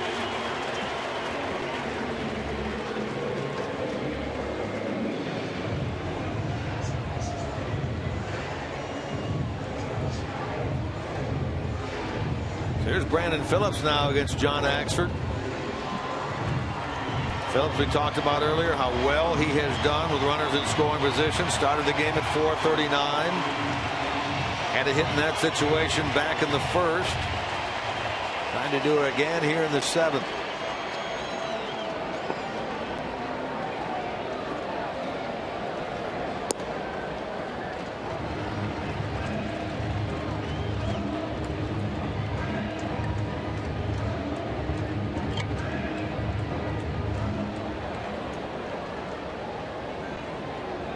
Up that RZIP average to 441 with that hit back in inning number 1.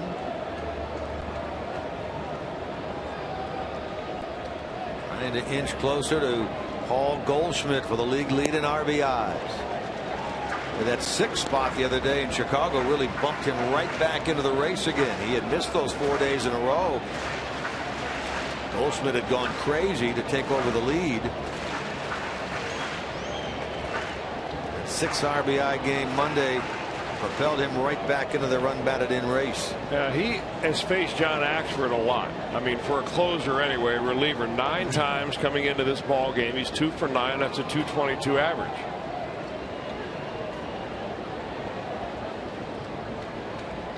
He'll get a look at a 2-0 pitch here.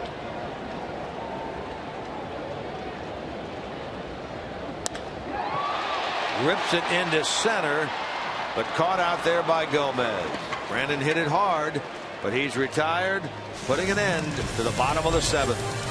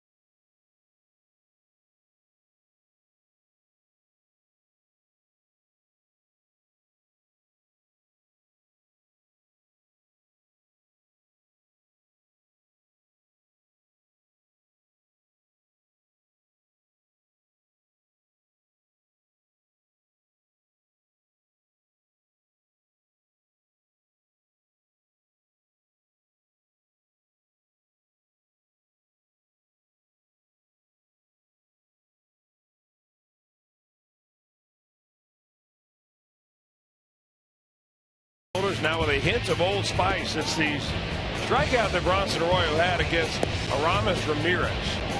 And you see the inside pitch right there. That is another inside pitch on a 3-2 count. Arroyo goes up and in with an 89-mile-an-hour fastball, and he records the 4th strikeout of the night.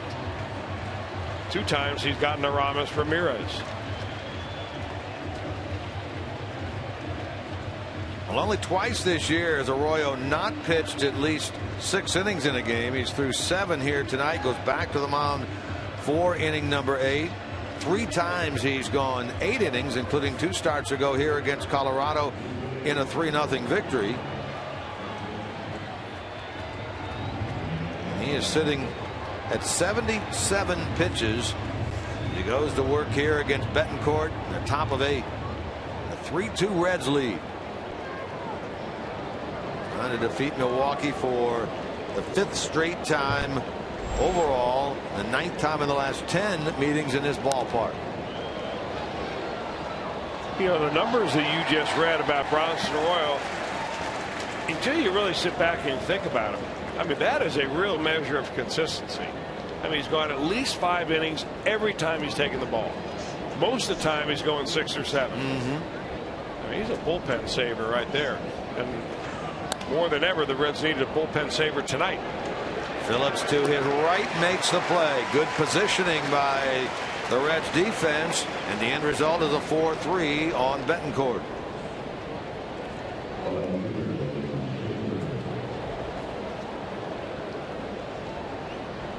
Two pitches to get an out there, and that's really been the theme of the night for Bronson Arroyo. Well, the Brewers have only had 2 at-bats all night long that have been more than 4 pitches.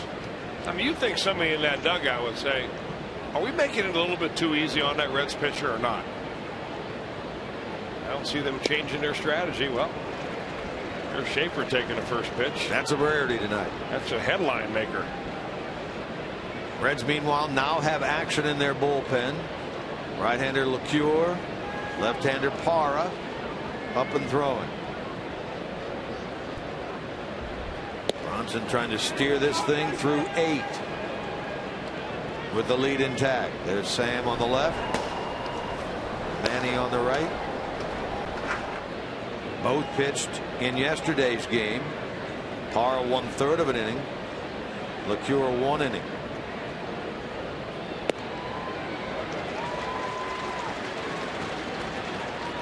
Logan Schaefer, a 3-hit night tonight.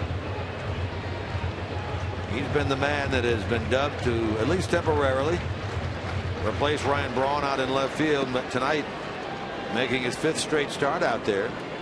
Check that, 4th straight start. Braun ailing with a right thumb injury. Yeah, maybe a better way to put that would be play in place of Ryan Braun.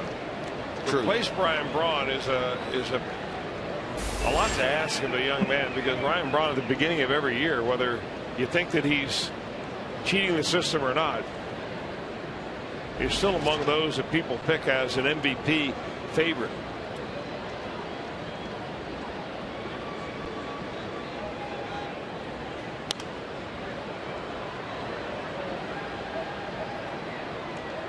Braun won the award 2 years ago, finished 2nd last year.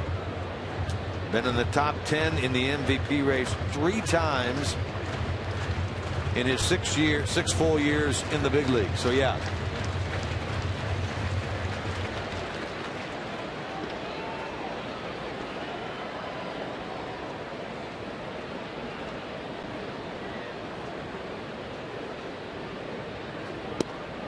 Got him looking on the inside corner. Boy, that spot right there has just been gold for Bronson Arroyo.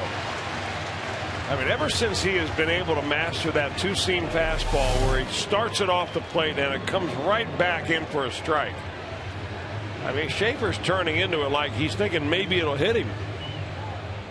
Exmo, courtesy of Munchin's Furniture.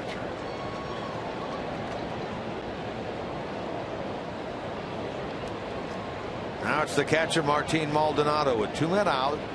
Nobody on in the 8th, and a 1-run 3-2 Reds lead. Bounced out, flied out, and was hit by that pitch with the bases loaded back in the 6th inning, forcing in what was then the tying run.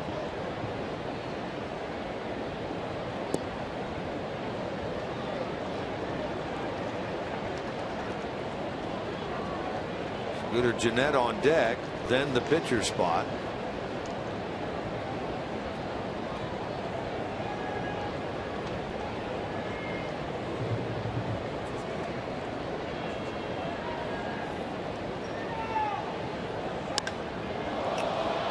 High and deep to left. Robinson near the wall. Home run.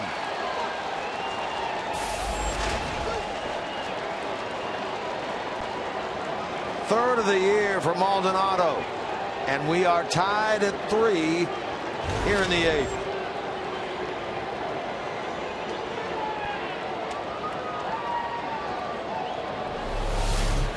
Well, the location is everything, and it's a curveball that just kind of hangs right there in the center of the zone.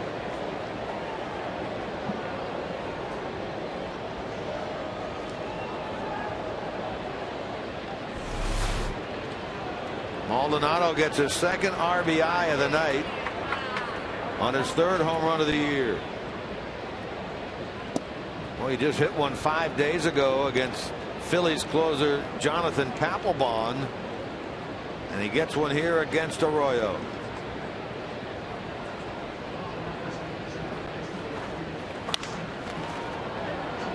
That's a 3rd hit of the night for Scooter Gennett.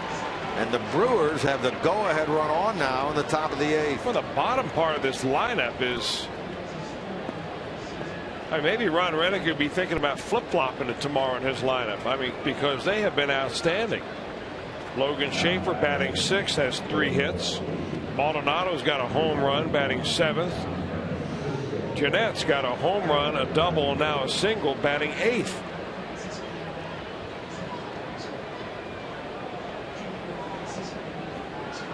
Now Juan Francisco, recently acquired by this Milwaukee club from Atlanta, on the 30th of May, will pinch hit.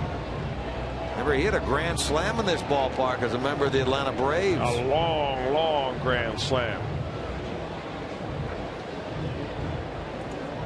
That came against J.J. Hoover.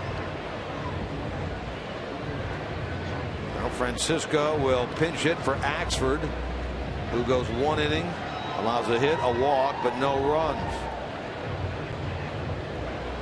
Now, this is all about going over the scouting report of Juan Francisco. Not that the Reds need to know, but what they want to know is what he's done recently. And that's the whole idea of sending an advanced scout out to follow the Brewers around for a series or two to see what those guys who they have picked up, or who's hot, what's he hitting. Has he changed any since he has been a member of the Reds back in 2011? He's not gotten off to an exactly hot start here with the Brewers. He is 1 for 23, Juan Francisco, but again, I guarantee you one thing, he'll be up there hacking. As we all remember, one of the longest home runs ever hit in this ballpark was by Francisco as a Red, up and over the moon deck out there.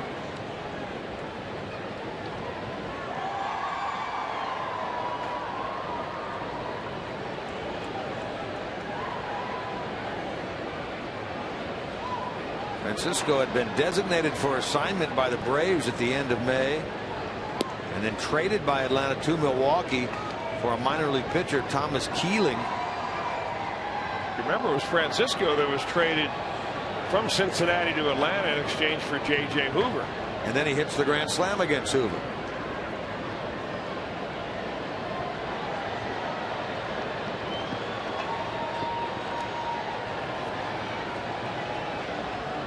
Three game here in the 8th.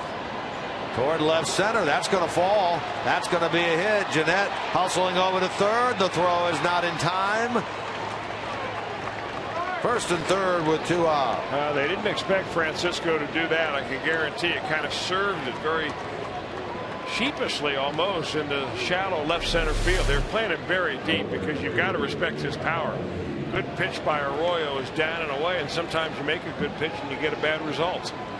So only his second hit as a Brewer is a pinch hit. It gives Milwaukee an opportunity now with Norichika Aoki at the plate. Runners at the corners and 2 out. And all this happening for Milwaukee after the first 2 were retired by Arroyo.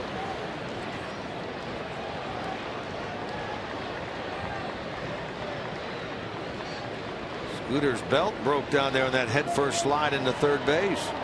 Boy, he's had a heck of a night here in his hometown. 3 hits, a double, a home run. Now he's the go-ahead run at third base.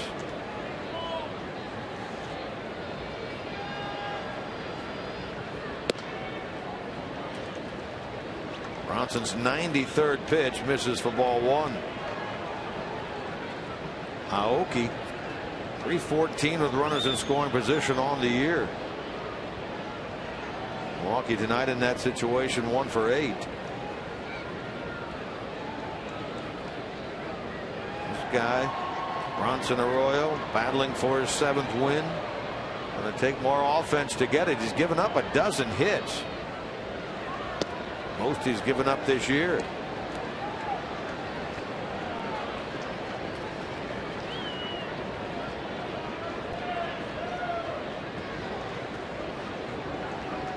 Dusty Baker got a lot to consider in there.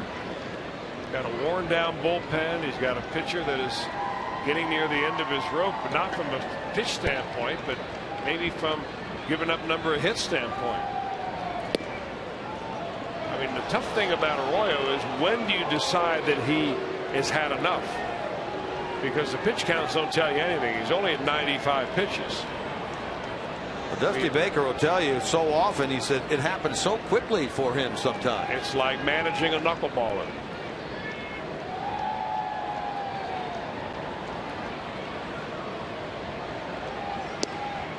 A 3-0 curveball.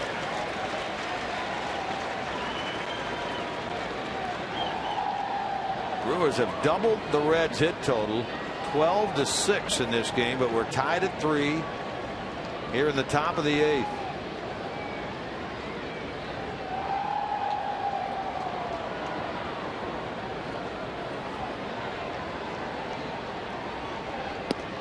And ball 4.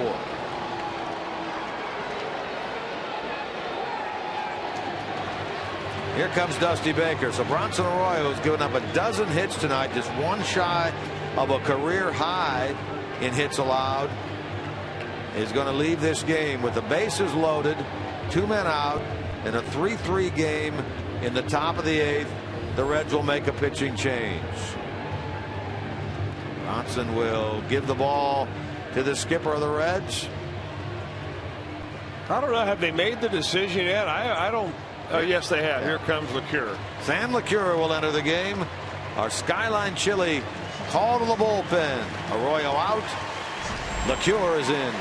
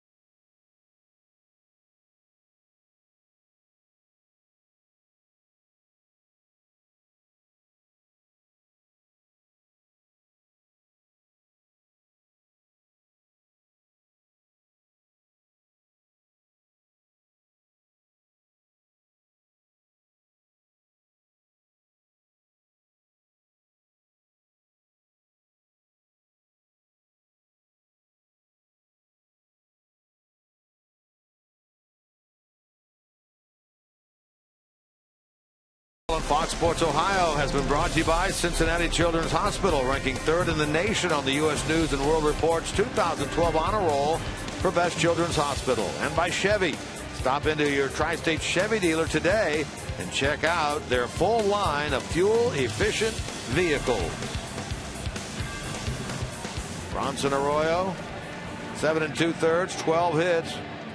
Given up 3 runs, responsible for all the runners on, walks 1, strikes out 5. Unfortunately for him, due to that home run by Maldonado, he cannot be the winner in this game. So Sam LeCure will take over. Well, the Reds are hoping that he finds the old Sam LeCure magic real quick. He's been scored upon in each of his last 2 appearances, 3 of his last 4. That's after having gone through the entire month of May, giving up only 1 run. He gets Gene Segura with the bases loaded, 2 out. Yeah, LeCure, Segura, who has 1 hit tonight in 4 trips, tries to give the Brewers their first lead of this game. LeCure had a 1.16 ERA after that appearance on June the 1st against Pittsburgh. And not that this one is bad at 2.73, but compared to where he had been. Dusty Baker asked about Sam before the game in his media meeting. Said, hey, this is not Stratomatic baseball. This is not fantasy league stuff. These guys will have their ups and downs, but there's nothing wrong with Sam, and I'm confident he will come back and pitch well for this team. He's got that Goose Gossage mustache going out there. And he gets the outside corner right there. Segura's going back to Rob Drake and saying, hey, wasn't that ball up a little bit? That's a real pivotal pitch in a count that goes either 2-1 or 1-2.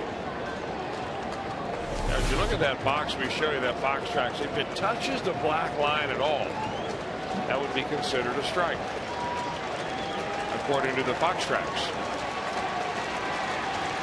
Sam trying to record the final out here in the top of the 8th and leave the bases loaded.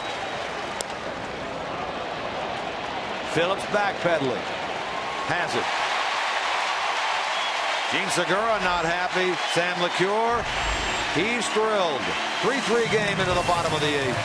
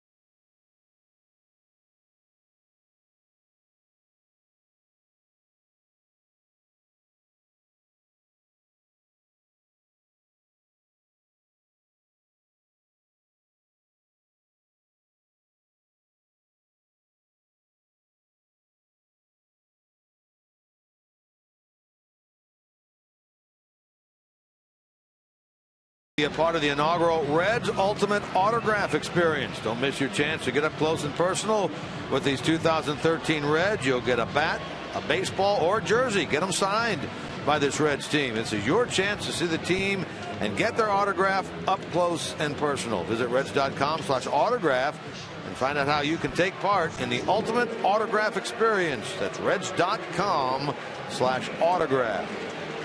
That's July the 18th. Final day of the All-Star break.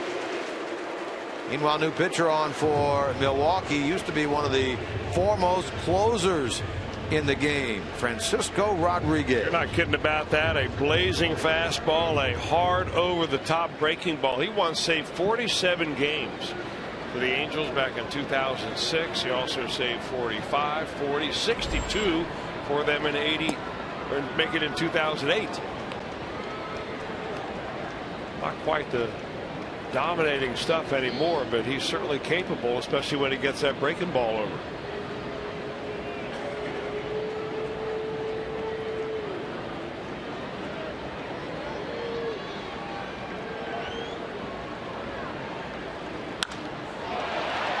Bruce going the other way, but this will be handled by the left fielder Schaefer.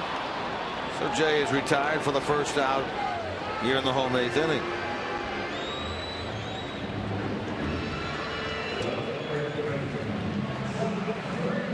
Big crowd on hand here tonight. 35,138.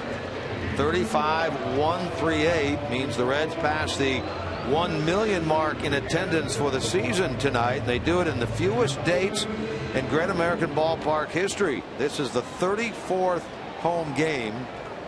They've surpassed 1 million in the fewest dates in GABP history, on pace now to draw over 2.4 million.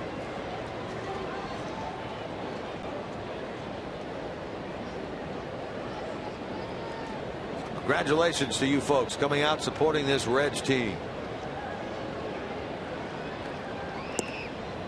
And a big thank you as well. That would be congratulations to all those folks who can't hear us tonight. There are many at home that don't come to every game, but they do. You know, one of the keys was the Reds coming to so many different flexible ticket plans. That you can pick and choose the ones you want. Attendance has been great. They've been loud and very enthusiastic. And I imagine there are tickets available for tomorrow and Sunday, the rest of the series. 4 o'clock game tomorrow, remember that. Yeah, a little earlier start tomorrow, and the 1:10 game on Sunday.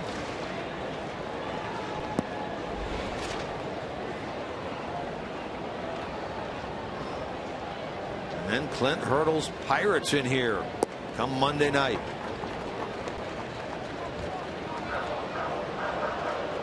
Rodriguez now 31 years old. He's from Venezuela. Came up with the Angels, then the Anaheim Angels, then the LA Angels, then the Mets. Now in his 3rd year as a Brewer. Although he did not sign with this club until after the season had started this year. He was a free agent in the offseason. Nobody signed him. He finally signed with his Milwaukee club on the 17th of April. Now, if you look up the definition of full effort pitcher, you're going to see his face front and center on that page. I mean, he just gives everything he has with every delivery. And he gets Frazier on strikes for out number 2.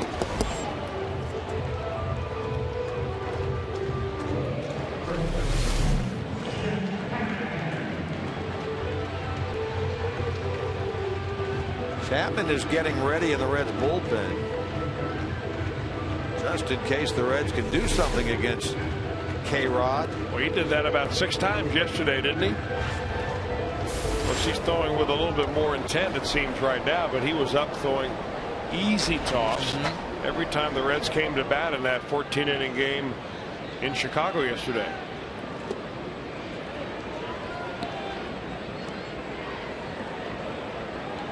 Yeah, he got up in the 10th. They got up in the 12th. They got up in the 13th.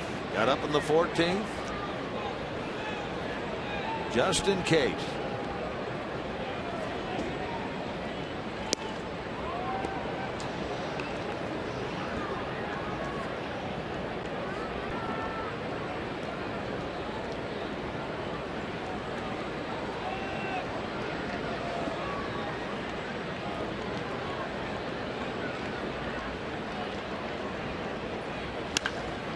Oh boy, ripped by Hanahan, and unfortunately for him, right at Yuniesky Betancourt. Watch your lips. And that's a 1-2-3-8 turned in by Francisco Rodriguez. So to the 9th we go, 3-all.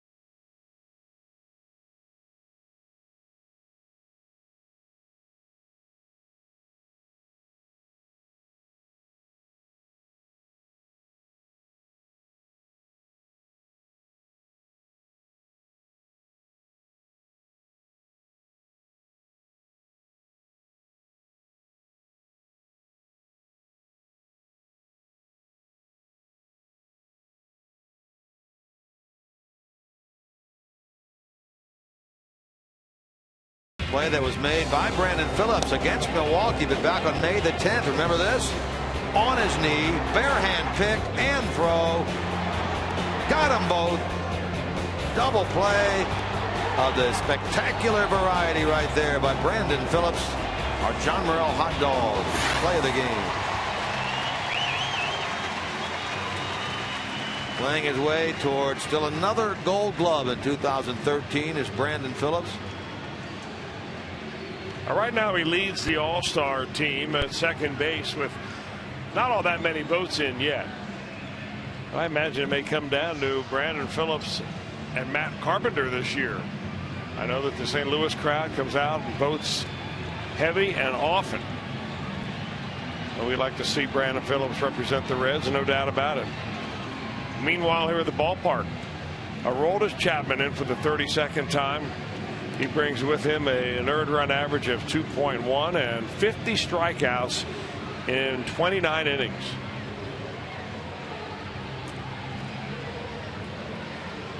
He'll come on and try to shut the door here in the top of the 9th and then give his mates an opportunity to push across the winner in the bottom of the 9th. Well, Dusty Baker had him warming up yesterday because when you're on the road in extra innings, you have a chance for a save. When you're at home in the 9th inning or beyond, of course, no save. So it'll be interesting to see if Chapman, if necessary, will go out there for a second inning. Let's hope that doesn't come to be a decision that Dusty has to make. Dusty said today in his office that he's not inclined at all to use Chapman more than an inning. He said you don't see that around baseball anywhere anymore. Coming out of the chute at 99, usually he works up to that speed with the first 5 or 6 pitches. He's had 2 days to get loose.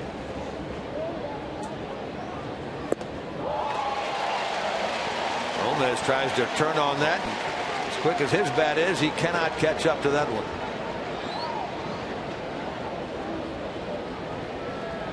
For 6 with 5 strikeouts lifetime against Aroldis Chapman is Carlos Gomez.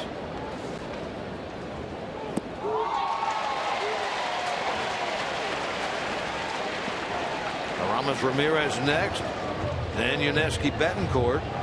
Top of the 9th. 3-3 game. Brewers Reds, first game of this weekend get together.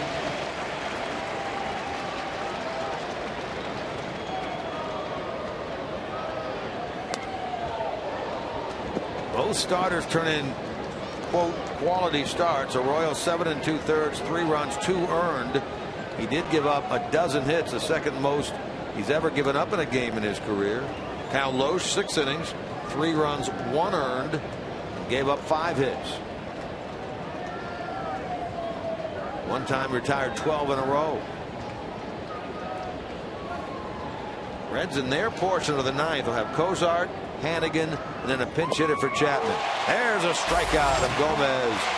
And out number 1. He strikes out for the 6th time in 7 at-bats against Chapman.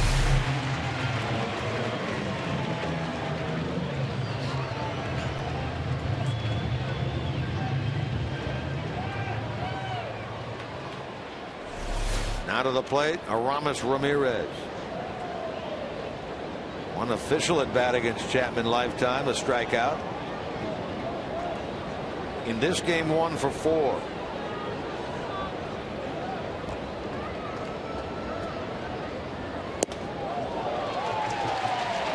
He scored what was then the tying run at 2-2 in the top of the 6th inning when Maldonado was hit by the pitch with the bases loaded. Was struck out to end a scoring threat for the Brewers in the 7th. By Bronson Arroyo. Watch Hannigan back there when he waits a fastball. He puts his glove out, and it's almost like he's waiting to catch a bottle rocket. I mean, he's ready. Okay, now. I mean, poised, kind of cat-like back there because he knows when Chapman unleashes that baby, it's coming in hard. You know, with Arroyo back there, he's just kind of moving very slowly back and forth, just catching it softly. With Chapman on the mound, you're just trying to catch it. Chapman picked up his 17th save of the year, and this is not a save situation here in a 3-3 game, but he picked up number 17 on Wednesday in Chicago. He gets his second strikeout of this inning. Dusty Baker called it the best outing of the year for Aroldis Chapman. That he located better than he has any other time this season. And he gets helped out right there, but I mean, when you're throwing 100, got to make your mind up quick. So 2 out for Betancourt. Hitless tonight, 0 for 4. Came in at 218. Phillips on to Hanahan. 1-2-3 in the ninth. Go the Brewers by Aroldis Chapman. Bottom of the ninth. Cozart, Hannigan, and a pinch hitter trying to win it.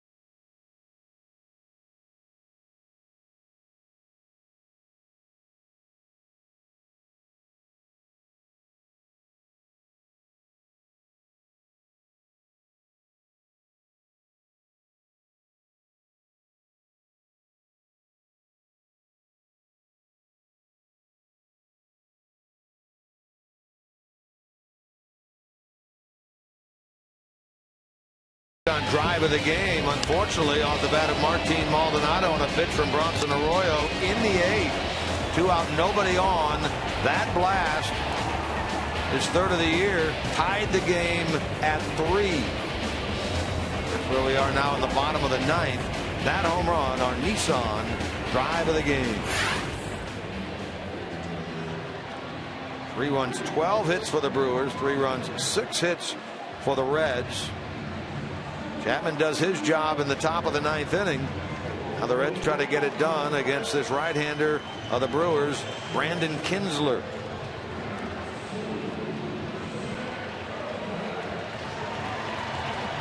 Well, Kinsler's first major league season in which he has not spent any time in the minor leagues. He's had a couple of cups of coffee each of the last 2 seasons up here with the Brewers.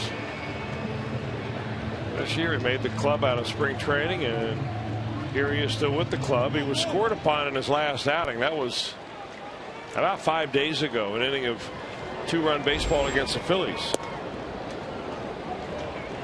Cozart leads it off.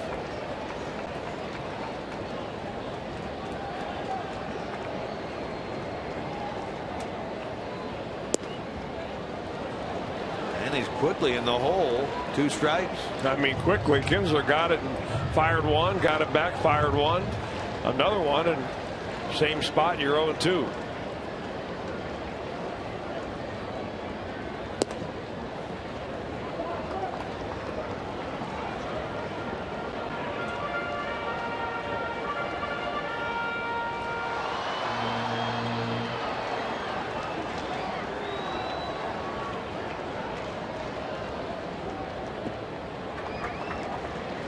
Now from 0-2 to 2-2. Reds trying to get the leadoff man on here in the bottom of the 9th and get him around. Get a victory in the first game of this series. Hannigan next. Struck him out. Zach 1 for 4 in this game. He becomes strikeout victim number 6 for Milwaukee pitching.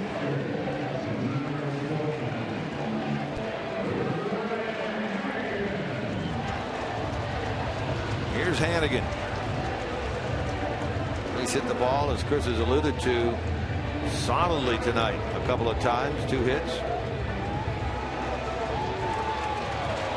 Joey Votto emerges from the Reds dugout to pinch hit for Chapman. Alfredo Simon is in the Reds bullpen.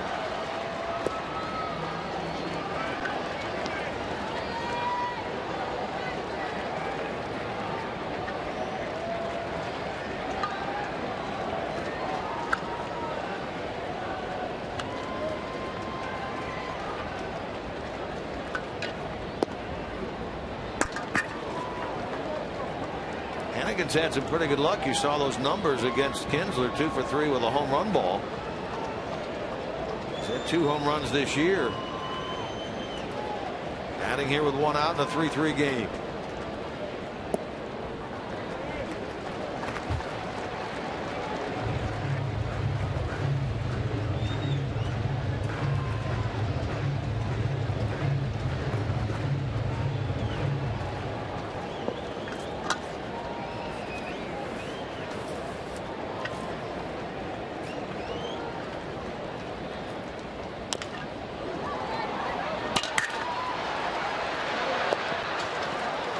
Out 5-3 as Ramirez throws out Hannigan. The 2 out. Now Votto gets a big cheers. He'll hit for Chapman.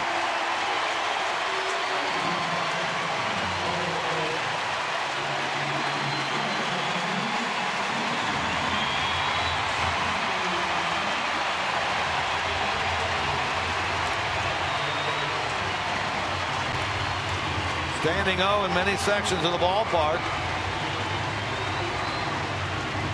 Time is called. And Ron Renicky emerges from the dugout.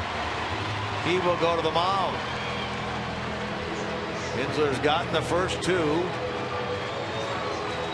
That's going to be all for Kinsler.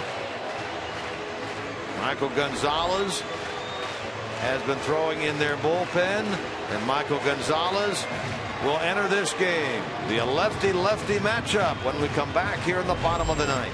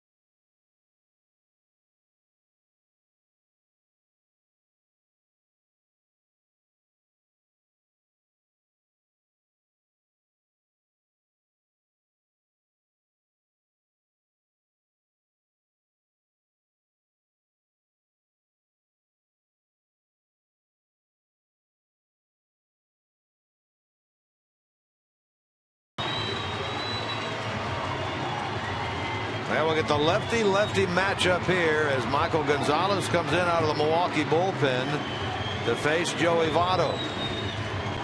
Look at that. That's an odd split right there. That is an odd split. You normally see that from Michael Gonzalez. He's a guy that comes in lefty specialist.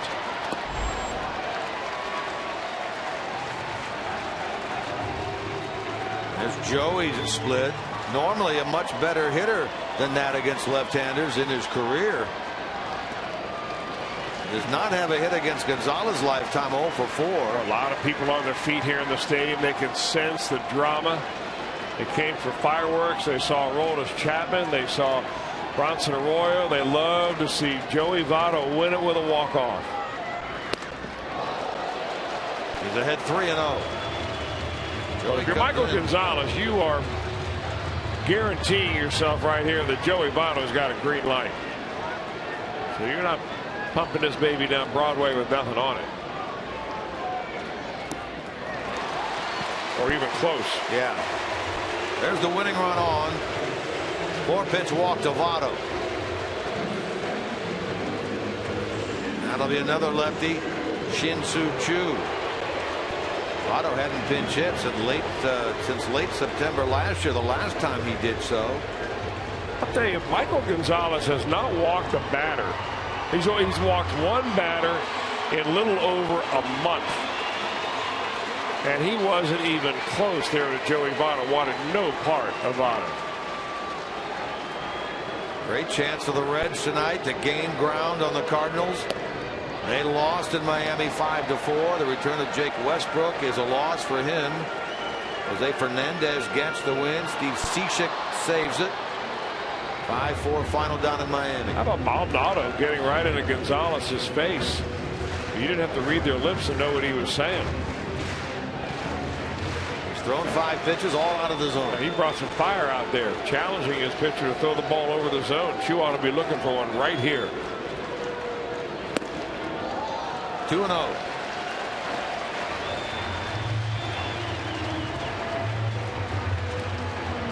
Votto walked as a pinch hitter with 2 out.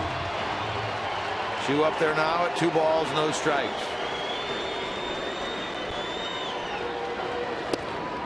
And 3-0.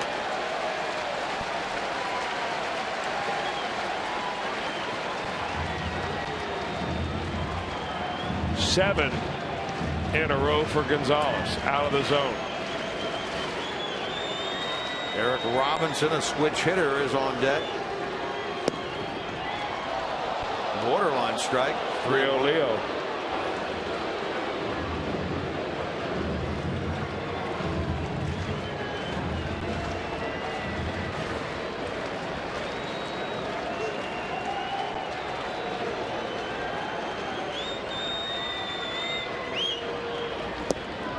Ball 4. 8 of 9 pitches since entering the game by Michael Gonzalez have missed the strike zone. Now, what do you do if you're Ron Renicky? You got a switch hitter up there. You send your pitching coach out, is what you do. And then you've got Brandon Phillips and a left-hander and Jay Bruce. There is no defense for the base on balls. Rick Kranitz is going to tell him, hey, probably the same thing that Maldonado said, but trying to say it and spin it in a positive way.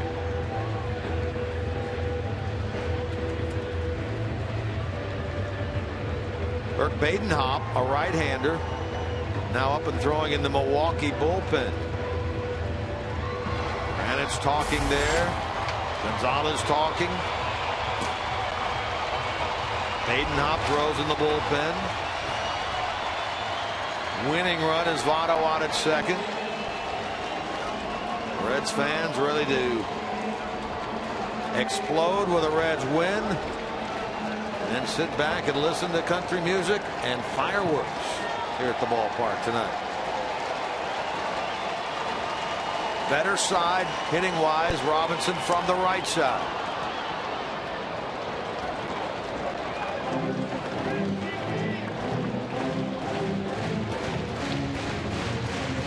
Dusty Baker trying to make the right moves here tonight. You know, his club is 41st win. You want to be aggressive, but you just saw a pitcher throw 8 out of 9 out of the strike zone, and you shake the breaking ball on the first pitch.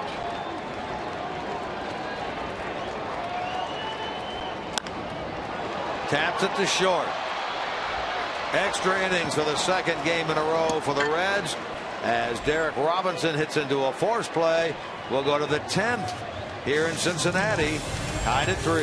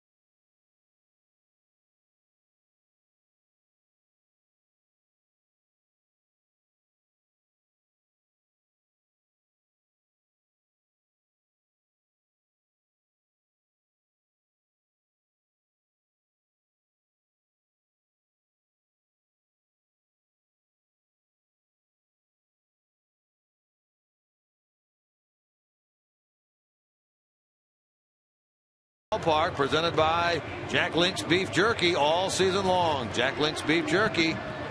Feed your wild side. Second game in a row for the Reds in extra frames. They'll play, in fact, their 11th extra inning game of the season. 3-7 in extras. Milwaukee 4-3. Reds led 1-0, led 2-0. Game was tied at 2. They led 3-2. The home run in the 8th inning by Martin Maldonado tied it at 3. Reds had a chance in the bottom of the 9th. Back-to-back walks by Marco Gonzalez with 2 men out.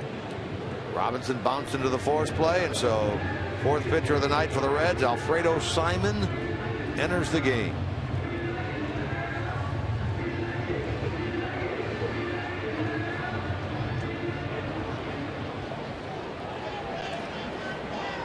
Simon will get Schaefer, Logan Schaefer, Martin Maldonado, Scooter Gennett.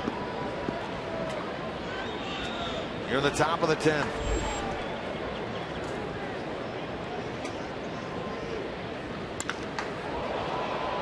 Loud foul down the right field line.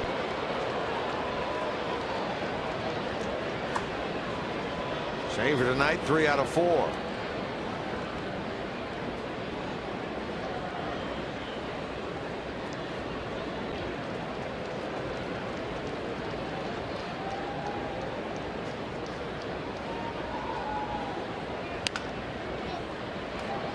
Hanahan makes the play for out number 1.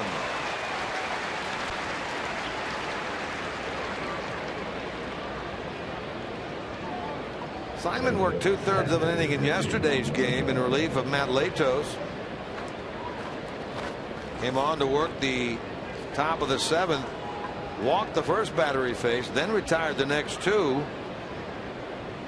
Dusty made the pitching change, brought in Manny Parr to get Anthony Rizzo, and that's exactly what he did. Keep that game tied at 5 in the 7th yesterday. Simon gets Martin Maldonado. He homered in the 8th. 1 for 3. Picked up a pair of RBIs in tonight's game.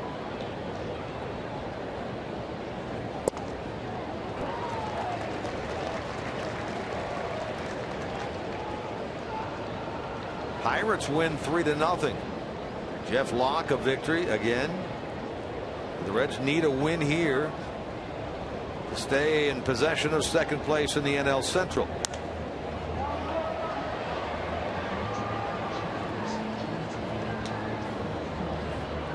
Now the Milwaukee closer Jim Henderson joins Brooks Badenhop in throwing in the Milwaukee bullpen.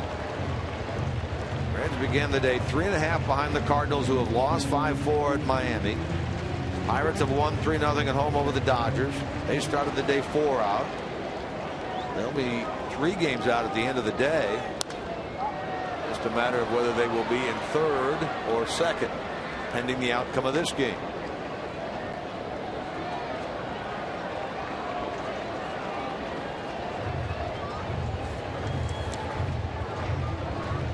Homer Bailey against Giovanni Gallardo in the middle game of this series here tomorrow afternoon at 4:10. Reds Live gets it underway at 3:30.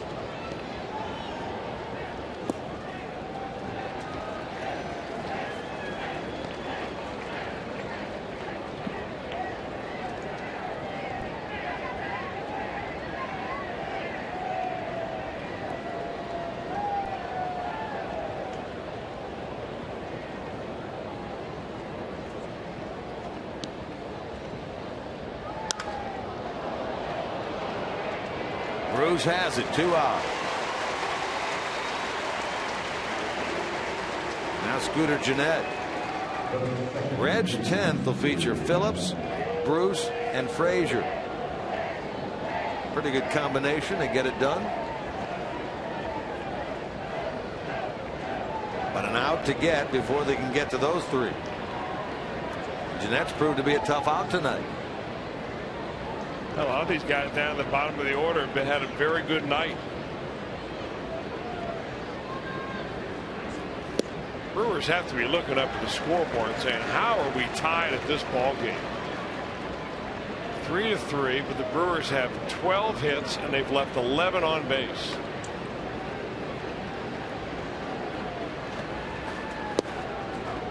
Well, Jeanette had 3 hits this year in 18 at-bats coming into this game, making his big league debut back on June the 3rd against the Oakland Athletics. And he's had 3 hits tonight. His first multi-hit game is in his hometown.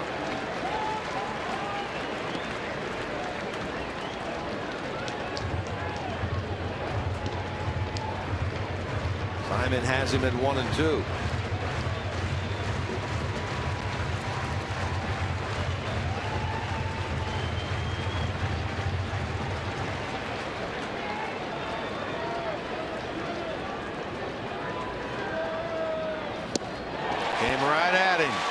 Got him on the inside part of the plate. Nicely done by Alfredo Simon. So now the Reds. Phillips, Bruce, Frazier in the bottom of the 10th.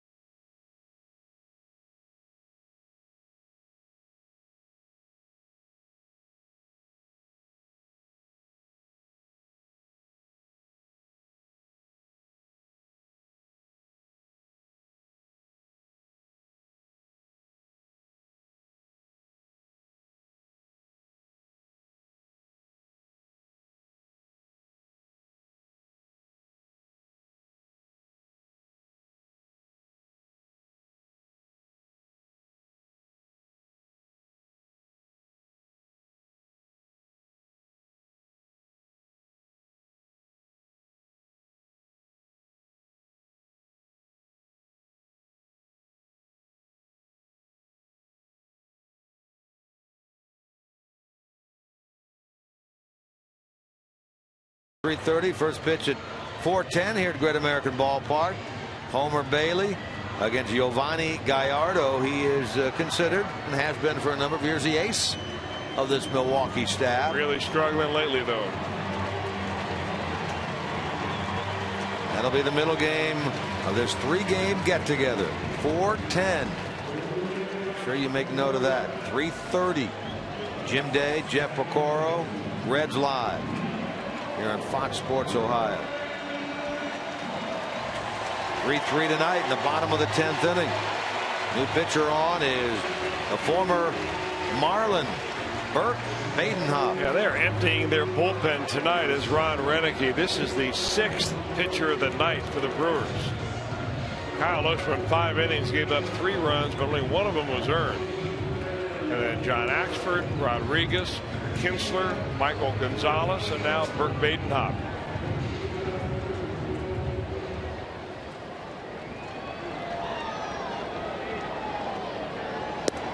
Phillips to lead it off. Brandon in this game has 1 hit, 4 trips. Now hitting 6 in a row.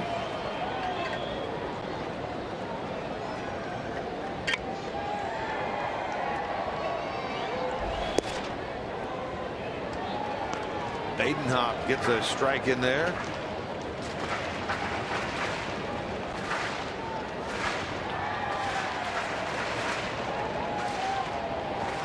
.30 years old now, from the state of Ohio, went to Bowling Green State, grew up in Perrysburg up near Toledo. Right field line and into foul territory, and Aoki makes the catch to retire Phillips. And he made the night for a fan. Caught the ball and then gave it right to the fan. He gave him 5. He didn't give him the baseball.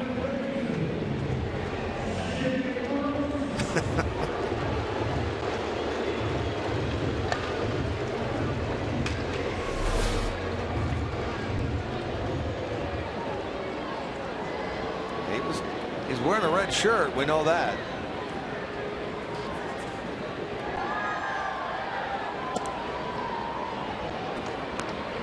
Now it's Bruce.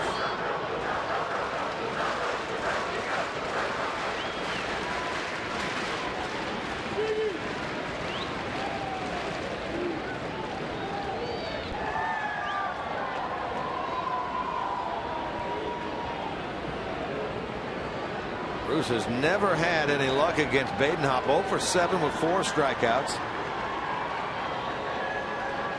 Hitless in tonight's game.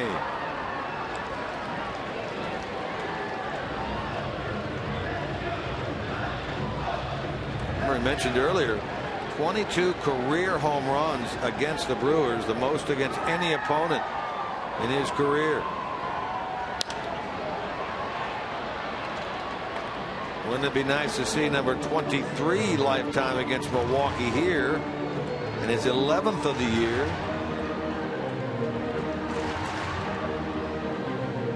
Make this big crowd happy on this Friday night.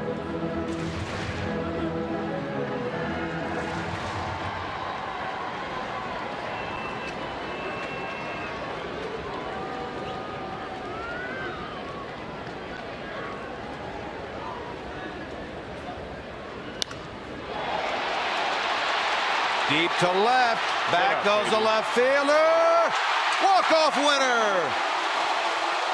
Jay Bruce the other way. Number 11. His 23rd career home run against Milwaukee.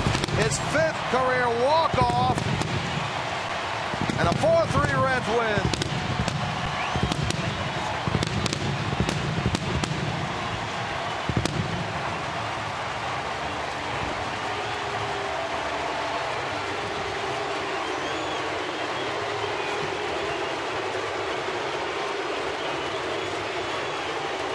Big crowd.